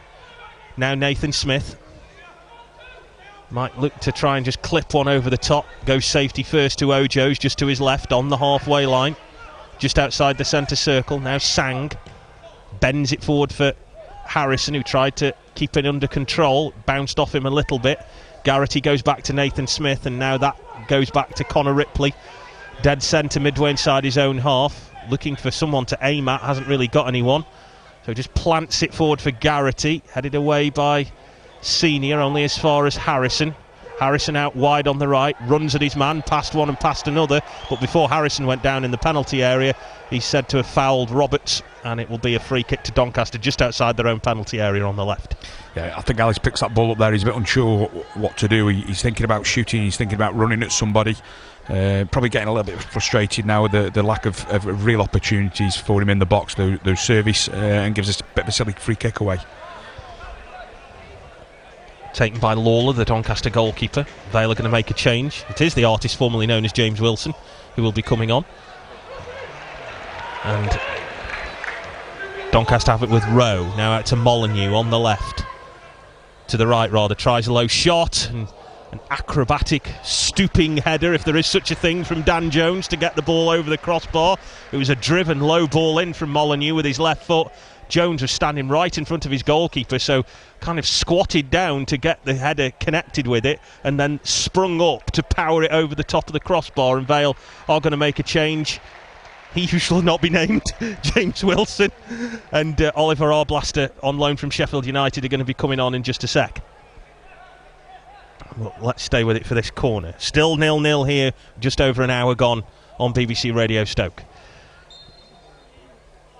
And it's driven in, it's a good delivery, good punch from Ripley to get it clear that time though. Well, it's cleaned out Ellis Harrison in doing so, don't do that. Back now from Massey to Cass, who tries to play it low, but it's not great from Cass. The only saving grace there was that the clearance was driven quite well, and the Doncaster player who intercepted it couldn't control it, so Vale get possession back. Jones now to Ojo on the halfway line. He's got Ironside loitering behind him. Not great from Sang as he tried to knock it through the middle for Harrison. Massey is putting himself about. Sang needs to challenge there to win the ball, and does. And is he going to win himself a free kick for that? He will. The referee felt that it was a foul by Rowe, and it will be a change here for Vale. A double change. Ellis Harrison is coming off, who will no doubt be protected for next Saturday's trip to Barnsley. And he is replaced by James Wilson, and Tom Sang is coming off, and he is replaced by on loan Sheffield United midfielder Oliver Arblaster, who I'm told is a player who is very, very highly rated by those at Bramall Lane, and it's a chance for him to show what he's capable of. Well, I'm not sure if there's any loan spells anywhere else, but I would imagine if he has, he would have probably had a huge impact in terms of number of games, particularly in the Football League. But if he's highly thought of, excited to see what he brings. He's obviously a young lad. He still looks like he's developing physically, but coming from Sheffield United, he's going to have some real quality. Ojo with the free kick in towards Garrity, tried to let it roll across him, but the bounce of the ball didn't favour him, and it just went away from him and meant that the goalkeeper could pick it up. That's good work from Arblaster to dispossess Doncaster. Weaves past one, tried to take it past another. Ball played a little bit too far in front of him though, and he lost possession again. But Vale once more come forward. Wilson out towards the right side for Clark. Vale win the ball back with Cass, who's just on the halfway line on the right. And now Ojo looks to spray a pass, goes infield for Wilson. First touch for him.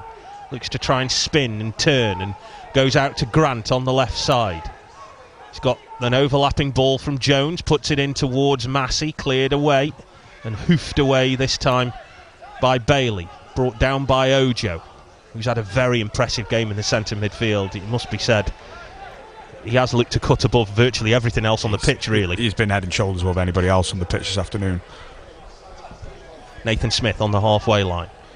Back now to Arblaster. Nathan Smith just taking his time. Now Grant. Massey, who's dropped a little bit deep to try and help out the midfield. Forward now looking for, I think that was Connor Grant there.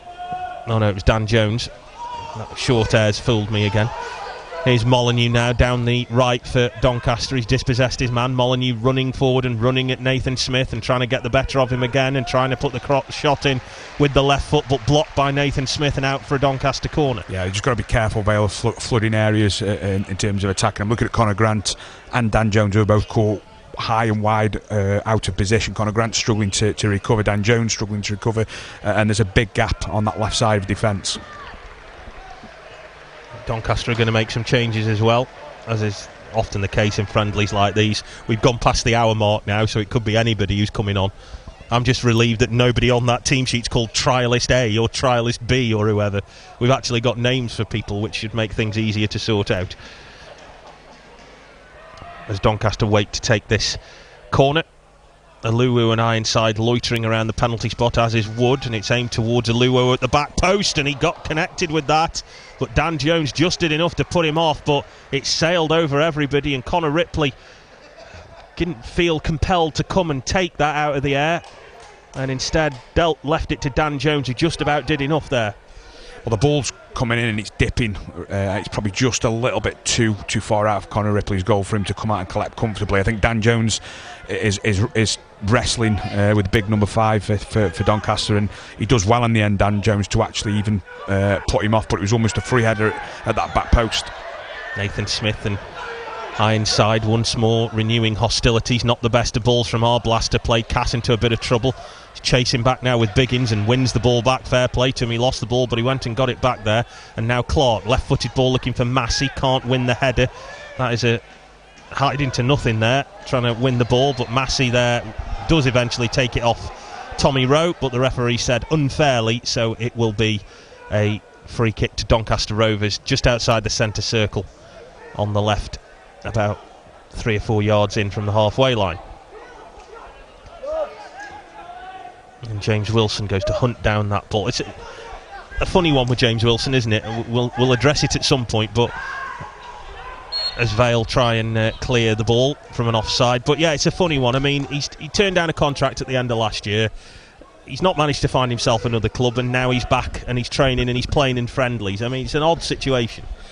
I think the contract that they would have offered him would have been heavily appearance based. I suppose he's gone on trial at other clubs, or he's been looking for contracts or turned contracts down, and he's in a position now where he sees Vale are desperate for centre forwards, and he knows the club, and maybe the conversations have been around improving his fitness and it being an appearance based contract, or a heavily appearance based contract. I think his quality's outstanding, but we keep revisiting the same things. Can he prove himself in terms of the numbers of games and the numbers of availability, and if that's not going to be there, then the contract has to reflect that.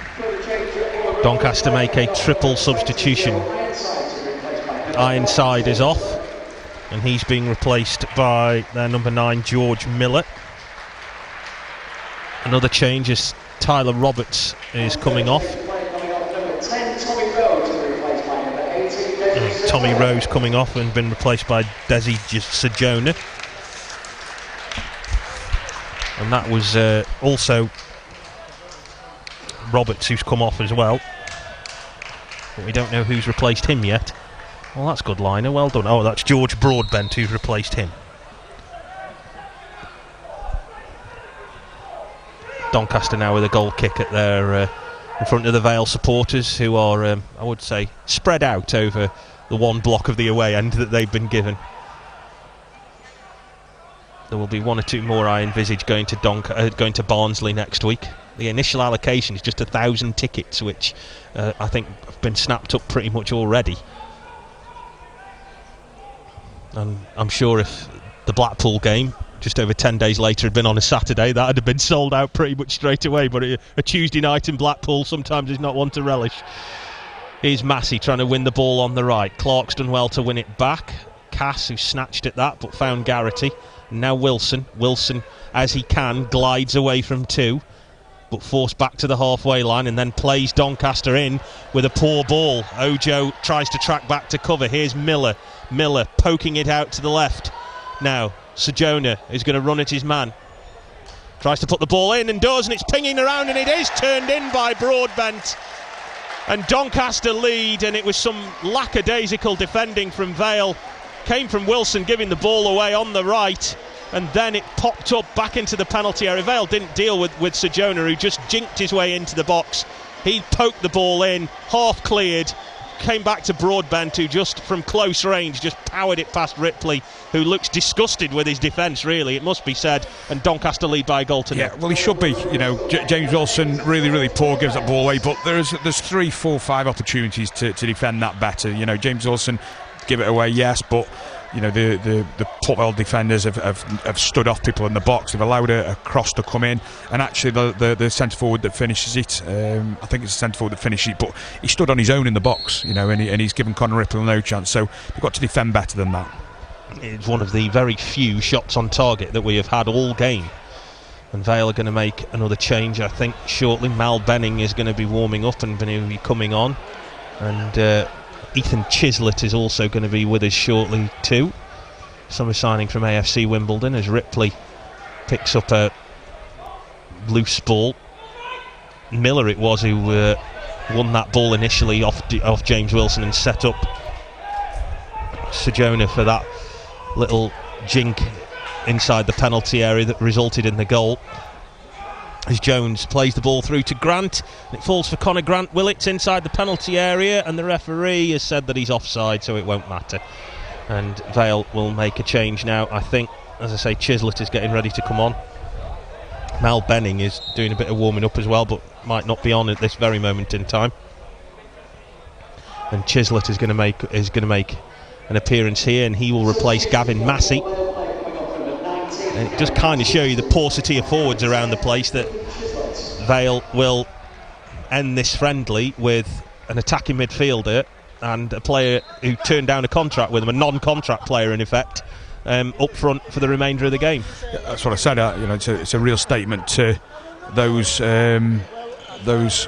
above the manager's position to say, this is what we're left with. Here's Molyneux down the right now. Doncaster with their tails up towards the end of this game, playing the low ball. And it was nearly turned into his own net by Nathan Smith, as Molyneux again weaved through and managed to find space to put in a low drive across the 6-yard box. Ripley had not much chance with that. Nathan Smith got in front of the onrushing Miller and poked the ball towards his own goal and recovered well enough then to get it clear. I think he's done absolutely brilliantly, Nathan Smith. The ball comes across the face. He can't really get a big contact on it because he knows he's put it into his own net, but he manages to get enough on it to take it away and clear it away from the goalkeeper's goal line. It could have been 2-0. Probably just switched off a little bit now. Miller has the ball back for Doncaster. They've already improved immeasurably since they've made those 3 subs. Into the box from Sejona's cross again, who has changed the game completely. And Chislett blocks another cross, and it goes out for a corner. And he's given Vale something they can't deal with, because Doncaster's attack was relatively straightforward, but now they've got somebody who's got a little bit of something different, and Vale have struggled to deal with that. Well, he looks tricky and lively, sharp. Physically he looks very, very slight, but he looks very, very sharp once that ball is at his feet, and he's got someone stood up 1v1. Doncaster then have got a corner. Goes now to Sejona, who, as I say, created that goal. Now Molyneux flicks in a little ball, booted clear by Garrity. Chislett gives chase. Well, Bailey will direct it back to his goalkeeper. Mal Benning is going to be on very shortly. Doncaster did actually beat Sheffield Wednesday in a friendly on Tuesday night.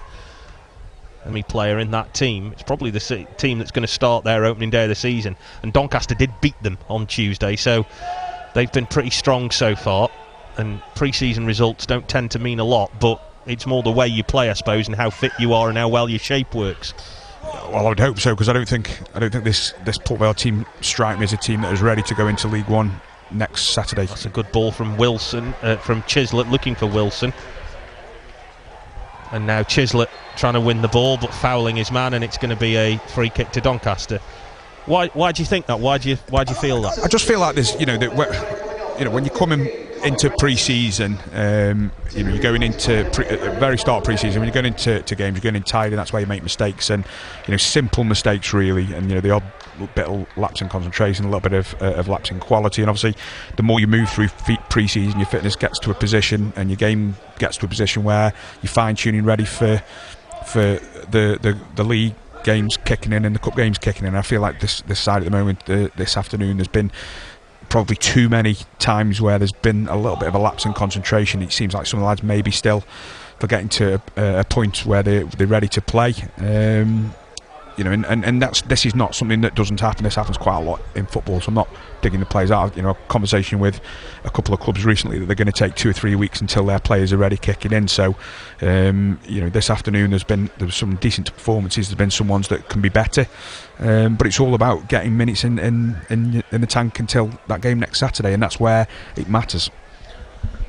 Well, we have a stoppage in play while Close, the Doncaster midfielder, is getting some treatment.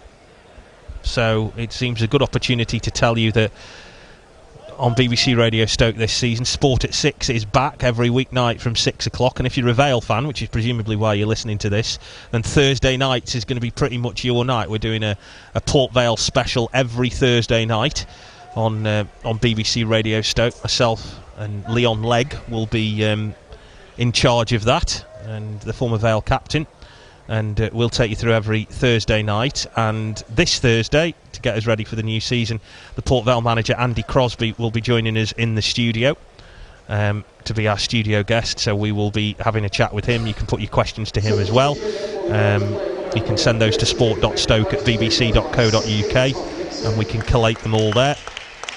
So, yeah, if you're a Vale fan and you want to hear what the manager's got to say about the new season, and Thursday night is going to be the place to be, 6 o'clock on BBC Radio Stoke, and it's also available on BBC Sounds as well. As Doncaster now get ready to take this free kick. Some changes for Doncaster as well. James Maxwell has come on for their number 23, Jack Senior, the left back. So some changes there for Doncaster. And this one, as most pre-season games do now, just ebbing away ever so slightly. And Vale, I think it's fair to say, had the better of the first half. The second half hasn't been all their own way, has it? Doncaster have looked a little bit sharper. Yeah, I think that's absolutely bang on. I think the first half, last 20 minutes for Port Vale, and second half it's been pretty much all Doncaster. And they're coming forward again. Molyneux trying to get away from Ojo and Arblaster, who had an initial brief flurry but then has not touched the ball since. Aluo now rolls it back to Wood, his centre-half partner on the left. Doncaster with the ball about a third of the way inside the Vale half. Chislett's chasing shadows there. As another ball over the top finds its way to Broadbent, and he might just keep that ball in play, and does, and places a high ball towards the back post, and Mal Benning on for Connor Grant tries to get the better of Molyneux and will instead win himself a throw right down by his own corner flag on the left, and Dan Jones is going to take charge of this one. We have got just under quarter of an hour left to go here on BBC Radio Stoke. It's Doncaster 1, Port Vale 0 in this pre-season friendly. As I say, we'll be back next Saturday for what is going to be a pretty important fixture, you would feel, for Port Vale. Their opening game away at Barnsley as Chislett's caught offside from Garrity's looped ball over the top. And Doncaster now just controlling things at the back. And a little bit of the spark has gone out of the game, as it often tends to do, Yates, doesn't it, when subs in friendly, so the zip goes. Yeah, it's hard, isn't it, when you're bringing on quite a number of subs. I think that the lads who are coming on the pitch, I would hope I'd expect to have a big part to play this year, so you'd want to see them trying to make an impression. You're not bringing on academy youngsters in this game, you're bringing on players that are going to have some part to play, so they've got to try and get up to the pace of the game as quickly as they can. Vale just passing the ball around now, back to Ripley. Forward ball now. Ojo sold Nathan Smith a little bit short there, and he had to go to ground to win the ball, and Vale have given it away, but as it bounced in the air, Nathan Smith got it back, and he's now found Ojo. He gets clattered into. Chislett though wins the loose ball on the left, just inside his own half, knocks it over the top. That's a good ball, and it's just in front of Wilson. Should be the goalkeeper's, and is, and Wilson just a little bit too far behind to catch that, but a good idea from Chislett, who spotted the two if you like, two forwards. There aren't that many on the pitch, but Wilson and Arblaster, who are both running through the middle, and he spotted it, and not a bad ball, and that's what I'm told Chislett is capable of. He can produce a pass like that. He looked really good under pressure with the ball. He dribbled out really well there, and then I think he's unfortunate that the pass is just a little bit too straight. Otherwise James Wilson would have bed through on goal. Vale are going to make another change. Warrington Mafia are out. James Plant's coming on. Team Plant. Funzo Ojo is coming off, and James Plant, who is somewhat of a, well, I say somewhat, is definitely a fan's favourite after his appearances towards the end of last season. And has he mowed your lawn yet? I don't know. It was meant to be due yesterday. I'll go back and check. Oh, well, if he hasn't, dig him out now. Dig him out now, yeah. So James Plant is on for Funzo Ojo. And has the ball, and he's got a real big future ahead of him, you feel, James Plant, from what he achieved at the end of last season, but it's a matter of carrying that on. He's already getting involved along with Clark on the right side, trying to force one of the Doncaster players down to the corner flag, and does. What's this referee? Referee had no idea there. Ball went out to play. Assistant referee was not quite sure. The ref just looked over and went, "Oh, goal kick." He didn't know. There's always a steward who stands in front of you, isn't he? So you don't know, you can't quite see. Every steward there is, there's one that you don't say anything to, Phil. I know, because I ask you to do these things. So you want me to ask him to move? Got to earn your keep, haven't you? Ball now forward from the goalkeeper. Nathan Smith wins the header. Brought down by Chislett. Heavy touch, forced back into his own half. Looks up. He's trying to see how things have rejigged a little bit here. I think Mitch Clark has kind of gone into centre midfield here, and quite hard to spot. I think James Plant's gone over to the right side, so that's kind of changed things. Or he's actually, no, he hasn't, has he? He's gone up front, James Plant has. We are really into get me a striker now, aren't we? Ball down that right touchline. Ripley will let it go out. James Plant has gone more or less up front, hasn't he? He's gone wide right, James. No, he hasn't. James, that's Mitch Clark on that far side. James Plant's gone into midfield with Ben Garrity and Arblasty. Malbanian on the left, Mitch Clark on the right, and then James Wilson and Ethan Chislett up top. Yeah, that's how he's done it, isn't it?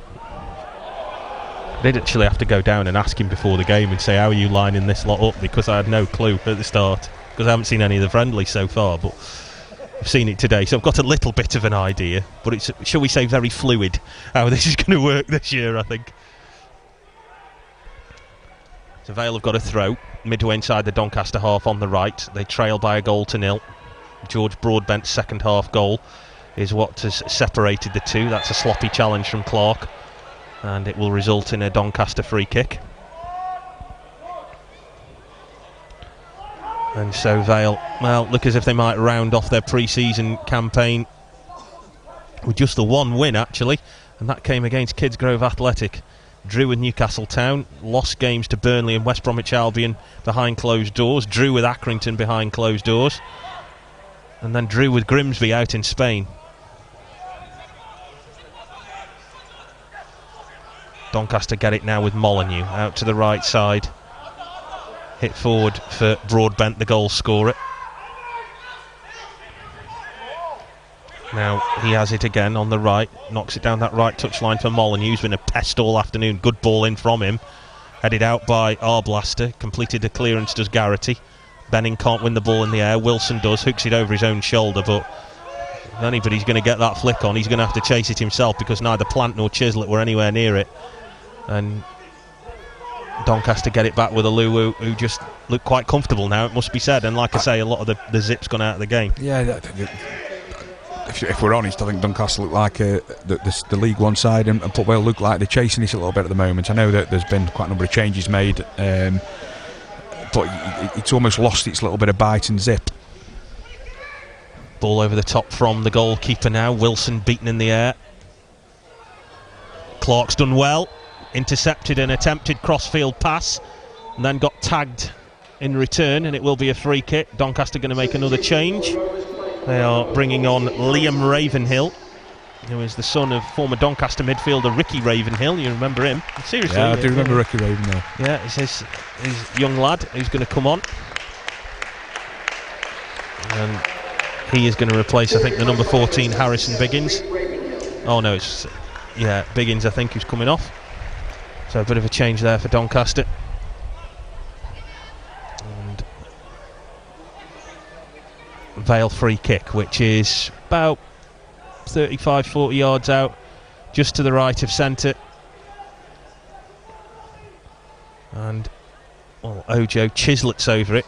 who I did actually, when I looked at his goals from last season, he scored against Bradford from this kind of distance. It's been left for him, clips it into the back stick. Garrity's up, tries to divert the ball in. Garrity claims handball. The best he's going to get is a corner, and Chislett is going to be tasked with taking that as well.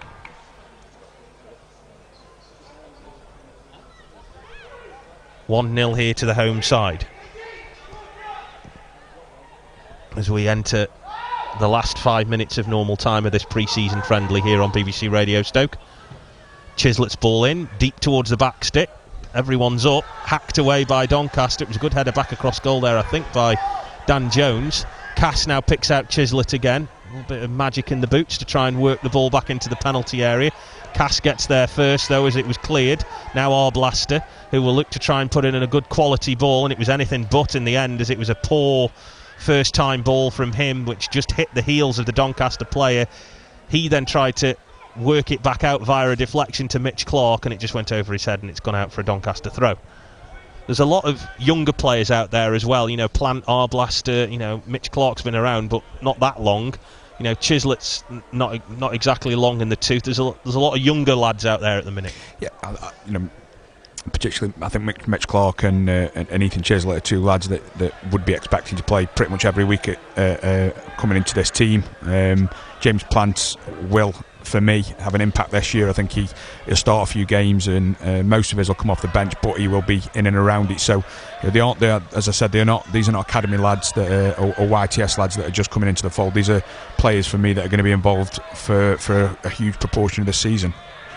Mitch Clark trying to divert the ball into the centre of the park for Chislett, but it's gone out of play before he could reach it, and it will become a Doncaster throw. As I say, we're inside the last 5 minutes now. Does have a real whiff of a friendly about it now, this one. Andy Crosby is on his haunches on the edge of his technical area. I wonder what's going through his mind. He will have lots of things to consider over the next 7 days before the team walk out at Oakwell next Saturday. And it is a pretty tough one as well. It's a pretty first tough 5 games that the Vale have got as Doncaster come forward again. And that's found its way out to this right side.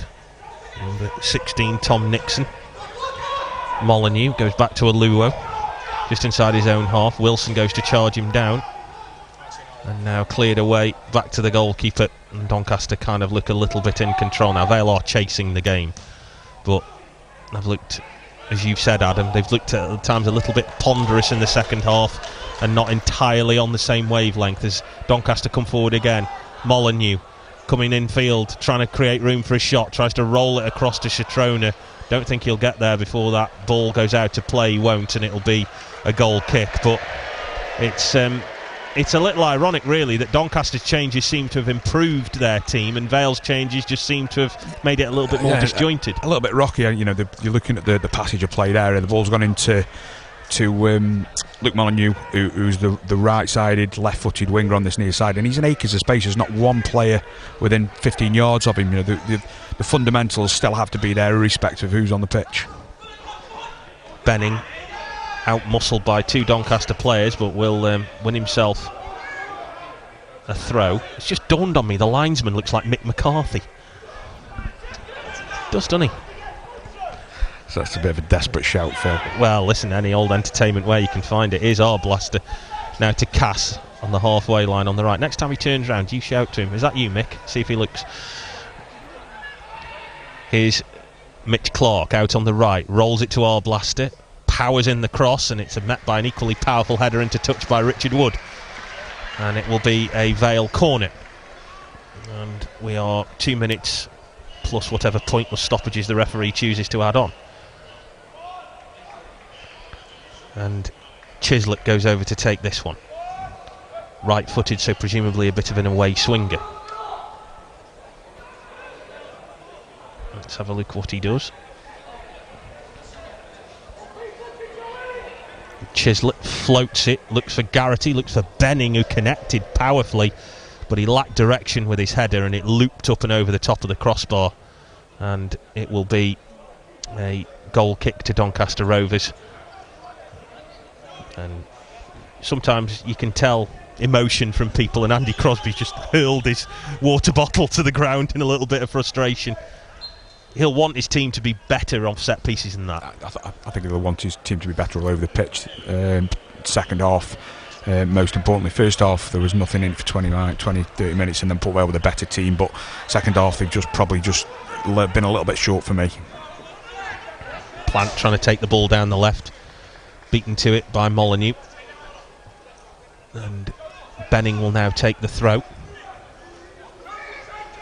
About halfway inside the Doncaster half on the left. Nice turn by Wilson, who's kept the ball well. Pinged it out to Chislett on the left, wanting it on his right foot. He's trying to create room. Benning could do with helping him out here. Chislett's done really well, scampered 2 through challenges, and another one goes down on the ground. Referee theatrically says no penalty. Andy Crosby doesn't look happy. 4 minutes to be added on. Chislett climbs to his feet slowly, and Arblaster does well to ride a challenge and keep the ball out towards Cass on the right. Vale ending with somewhat of a flourish here. They could be maybe harshly aggrieved that they didn't get a penalty out of that. Dan Jones has done poorly there, and Molineux has tried to catch out Connor Ripley, and very nearly did as well. He hit a really flat curving ball that looked as if it was going to the top corner, and Connor Ripley scampering back almost like a basketball player, not quite getting there, just reached up and got his hand to it and flipped it around the post, but that just came from Dan Jones not concentrating. I'm surprised none of the Port Vale players have throttled him. Andy Crosby's going absolutely ballistic at Dan Jones. It's so lackadaisy, it's so lethargic. There's no intensity, no desire to get there. Luke Molineux just takes it off him and pushes him out the way, and Connor Ripley, it's on for him to chip Connor Ripley. I think actually Connor Ripley's done really well in the end to get a hand to it and push it wide, but you can't defend like that. It's not good enough. No, it was poor from Jones, and I think he will know that, and his manager will tell him that. Citrona's ball into the box. Ripley stayed at home again. It was pretty far away from him in all truth, but Aluo now trying to roll the ball back to Nixon. Substituting now. Worked into the box by Ravenhill. Nathan Smith stabs it away. Wilson pursues. Vale now, just as we say, just chasing the game a little bit, as Jones again did not spot the player running inside of him and then had to just somehow squeeze it behind for a corner. And now he's gone down, and I've got the feeling, I don't know whether he's injured or whether or not he's just taking 5 seconds or so, but he doesn't look comfortable. But the last 2 things he's done have been to give away chances, and he's looked pretty pointless. The referee is saying he doesn't need any treatment and he'll come back on, but he's not covered himself in glory the last few minutes. And Citrona and I think Molineux are over the ball to take this.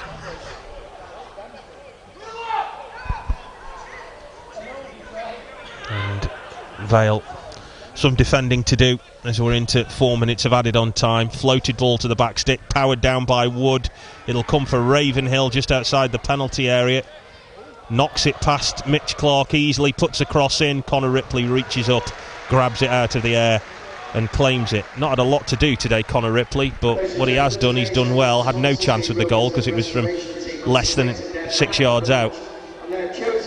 But it looks like it will end 1-0 to Doncaster, who've taken one of the few chances that have come their way. What I think is a bigger concern, Yatesy, I can't remember a Vale shot on target. I can remember Fonzo Ojo's 40-yard shot, which was probably not a chance, but a really good effort. And other than that, Ben Garrity's scuffed one. Gavin Massey's had one first half, but we're talking about first half efforts rather than 3, 4, 5 opportunities and a couple of goals. Yeah, and that will be a concern, and I think it's been something that's kind of been bubbling under for the most of the closed season, is whether or not Vale do have enough firepower. They've certainly limited chances to Doncaster, but it's whether or not they'll have enough at the opposite end of the pitch, which on the evidence of this they won't.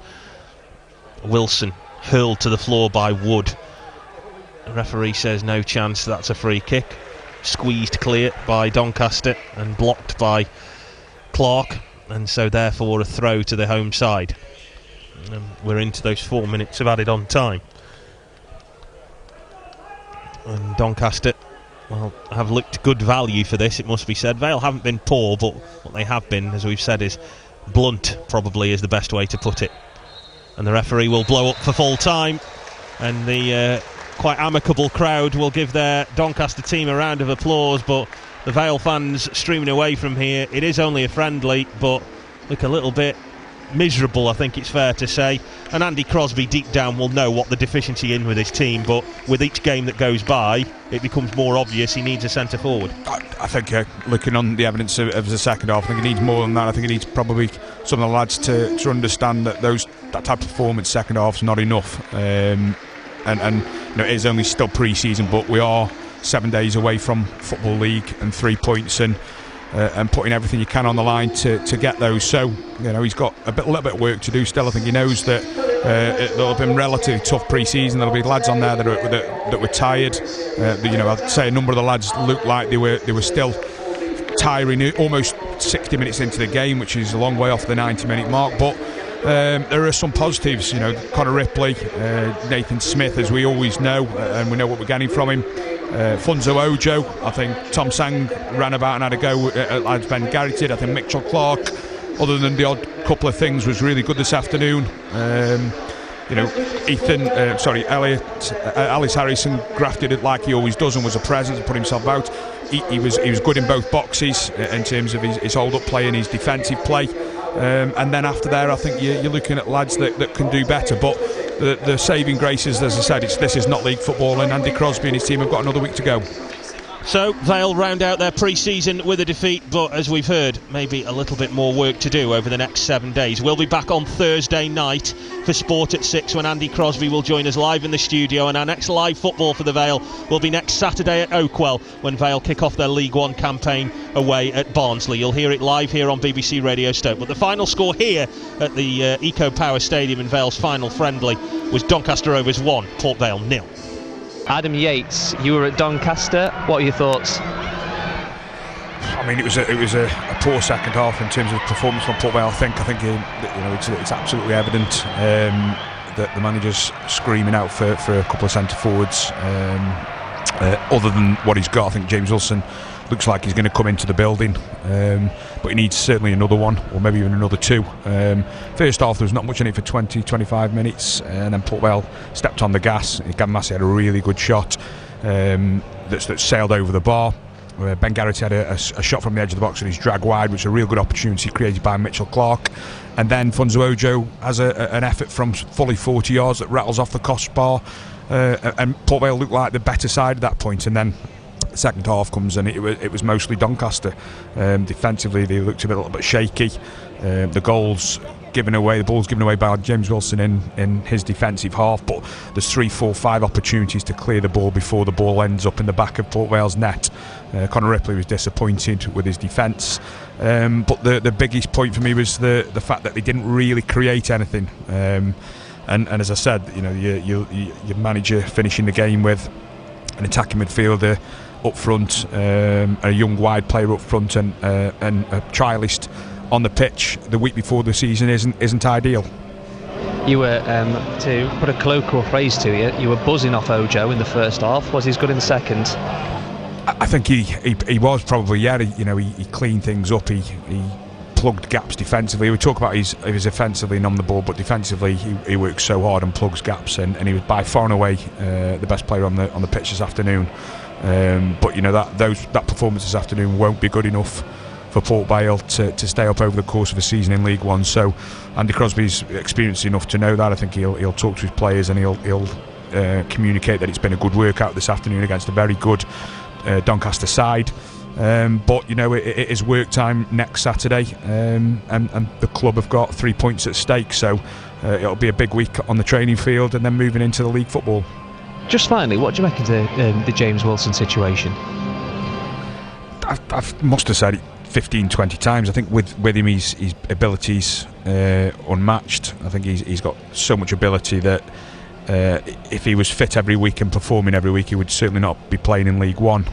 But he can't stay fit for one reason or another, whether it's mentally probably a bit over cautious with anything he feels. You cannot play at 100% every week. You're never going to be 100% fit. You're always going to be playing as a player with the odd little tightness or a little niggle or a little bit of bruising, but you've got to manage it. And what he's done is he's had so many injuries through his career, that he's been out for significant periods of time, months, 2 months, 3 months, and maybe even longer, that I think he's probably panicking that when he does feel anything, that it's going to be long term.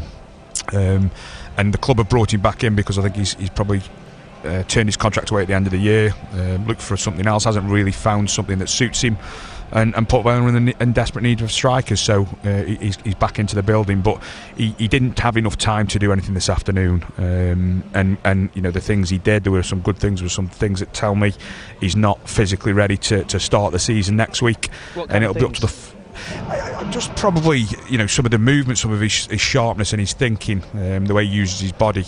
James Wilson almost turns and snaps his shots on sight when he's fit and raring to go, and he's confident. And there's maybe a chance this afternoon that he didn't do that. He turned it down and played it wide, and then he got caught on the ball for the goal. Although there was still ample opportunity to defend that. The defence weren't good enough for the goal. But he tries to work as hard as he can, and he's desperate to do well. I think everybody's desperate to see him do well. We want James Wilson firing, but at this moment in time he's got to just find his feet, and that's whether the club want to or not. There's nothing to say the club are going to offer him a contract. I do expect him to come in to try and help the numbers of bodies, but that deal has to be right for the club as well as for him.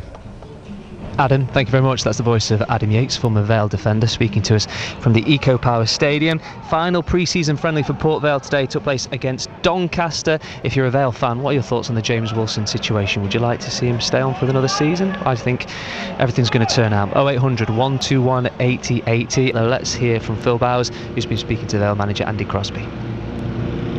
Andy, what did you take from that today then?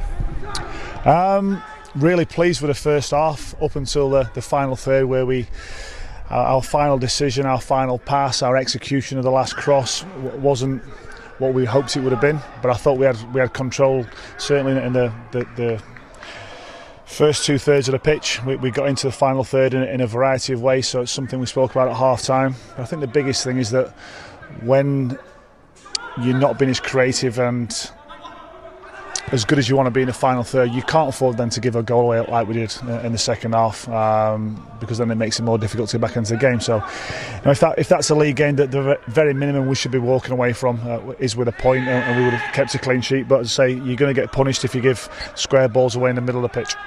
Your formation at least seemed very fluid, and players pushed high, then dropped back. And was that something that you'd been looking at really in detail about how to get the best out of the players that you've got out there in a variety of different ways? Yeah, listen, we've recruited certain players for certain positions with the real strengths what we want to play. So, we've been doing a lot of work on the training pitch about how we can become a more effective team with the players that we've got, and obviously that's a work in progress. We've been together for 4 or 5 weeks. Different players have arrived at different times, so that's going to take us time. But we're on the right path. We're working towards a plan, and we'll keep working away. Couple of players who stood out, I thought Mitch Clark in the first half and Funzo Ojo in midfield, and you're going to need players like that, aren't you, like you've said, if you're going to be more clinical? We need competition, yeah. We want competition for places. Ideally, you want 2 players for every single position, so the competition Monday to Friday is really high. Some really good performances in the first half, but I say we just like that creativity in the final third. But something for us to keep working on, when to be patient in the final third and when to quicken up the game. But yeah, the most disappointing thing is that we give a goal away to the opposition, and we can't afford to do that. Results mean little in pre-season, I suppose, but at the same time you want a bit of momentum. So in the grander scheme of things, how have you viewed your pre-season as a whole? Have you been happy with what you've seen so far?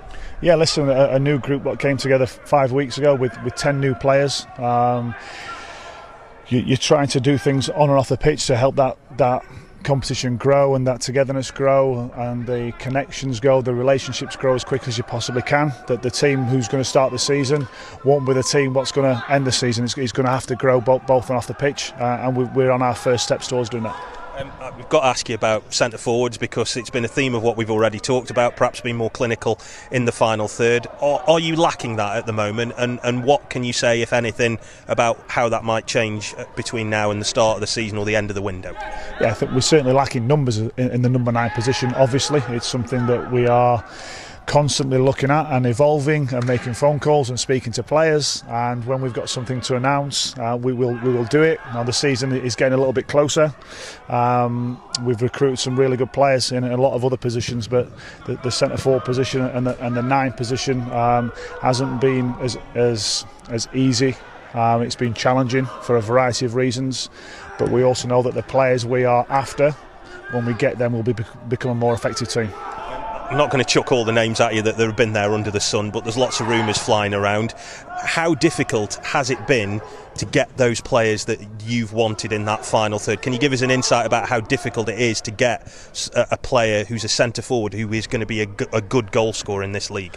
I think first and foremost there's obviously a number of factors. There is the player, there is the club, there's us as a club, there's the agents, and all those things have to fall into place, and that just doesn't happen on one phone call or one meeting. It takes time to put all those pieces together. So yeah, we've got really close on 1 or 2. I haven't managed to get things over the line, but I'd say the people that we are talking to and negotiating with, they will definitely improve our group. Do you see that as being maybe a before the season starts or before the end of the window, maybe a few weeks into the season? Listen, like everything, every manager would want their squad together to start pre-season. That hasn't quite happened in that position. We've done some unbelievably good business. I think we've improved a hell of a lot of things from where we were, and so when we've got something to announce, I'm sure we will. In terms of somebody who has been with you, James Wilson, people know the circumstances. You explained them at the forum about him training with you looking at him. What's the latest with him? Do you envisage him being part of that as you move forward? Yeah, it's open. I spoke to James again yesterday. He's obviously in a position where his pre-season with us started slightly later, so we're trying to build him up gradually and give him that framework to build his fitness up from. So yeah, it's an open arrangement as we speak. And lastly, just one last thing. Obviously, you lost a player quite early on in Jason Lowe. Have you had a chance to assess that yet and see how he is, or a bit too early? No, I've just spoken to him now. We're very hopeful. It was nothing more than maybe the effects of the training load. So we'll see. Obviously, it's very quick to assess that straight after the game. So we'll see how low he is. That is the voice of Andy Crosby speaking to BBC Radio Stoke's Phil Bowers. Ian Cranston, thank you very much for your time today. It's been fantastic. Part of the match day squad, bringing you the full coverage of Stoke, Vale and crew. We start next week from 2 o'clock. Have a good evening. Flick there by Iwobi, didn't come off. He gets a second chance to chip it back into the penalty area, and the heads come in, and it's an opportunity, and the visitors have scored. The linesman's flag hasn't gone up, and Everton knocked the ball into the back of the net, and it's Onana, I think, who's got the final touch for the visitors. And in the 96th minute, Everton have taken the lead. Stoke City 0, Everton 1. Miller poking it out to the left. Now, Sojourner is going to run at his man. Tries to put the ball in and does, and it's pinging around, and it is turned in by Broadbent. And Doncaster lead, and it was some lackadaisical defending from Vale. Came from Wilson giving the ball away on the right, and then it popped up back into the penalty area. Vale didn't deal with Sojourner, who just jinked his way into the box. He poked the ball in, half cleared, came back to Broadbent, who just from close range just powered it past Ripley, who looks disgusted with his defence, really, it must be said, and Doncaster lead by a goal to nil. Well there then, because he closed the space down and it nearly broke, and Tabano should pick up the ball. Can Crew push on now? Paul's played into Tracy, it's a good ball this time. Tracy beats his man, it's a chance, it's a goal! And that's a lovely goal from Shiloh Tracy. Barnsley 2, Crew Alexandra 1.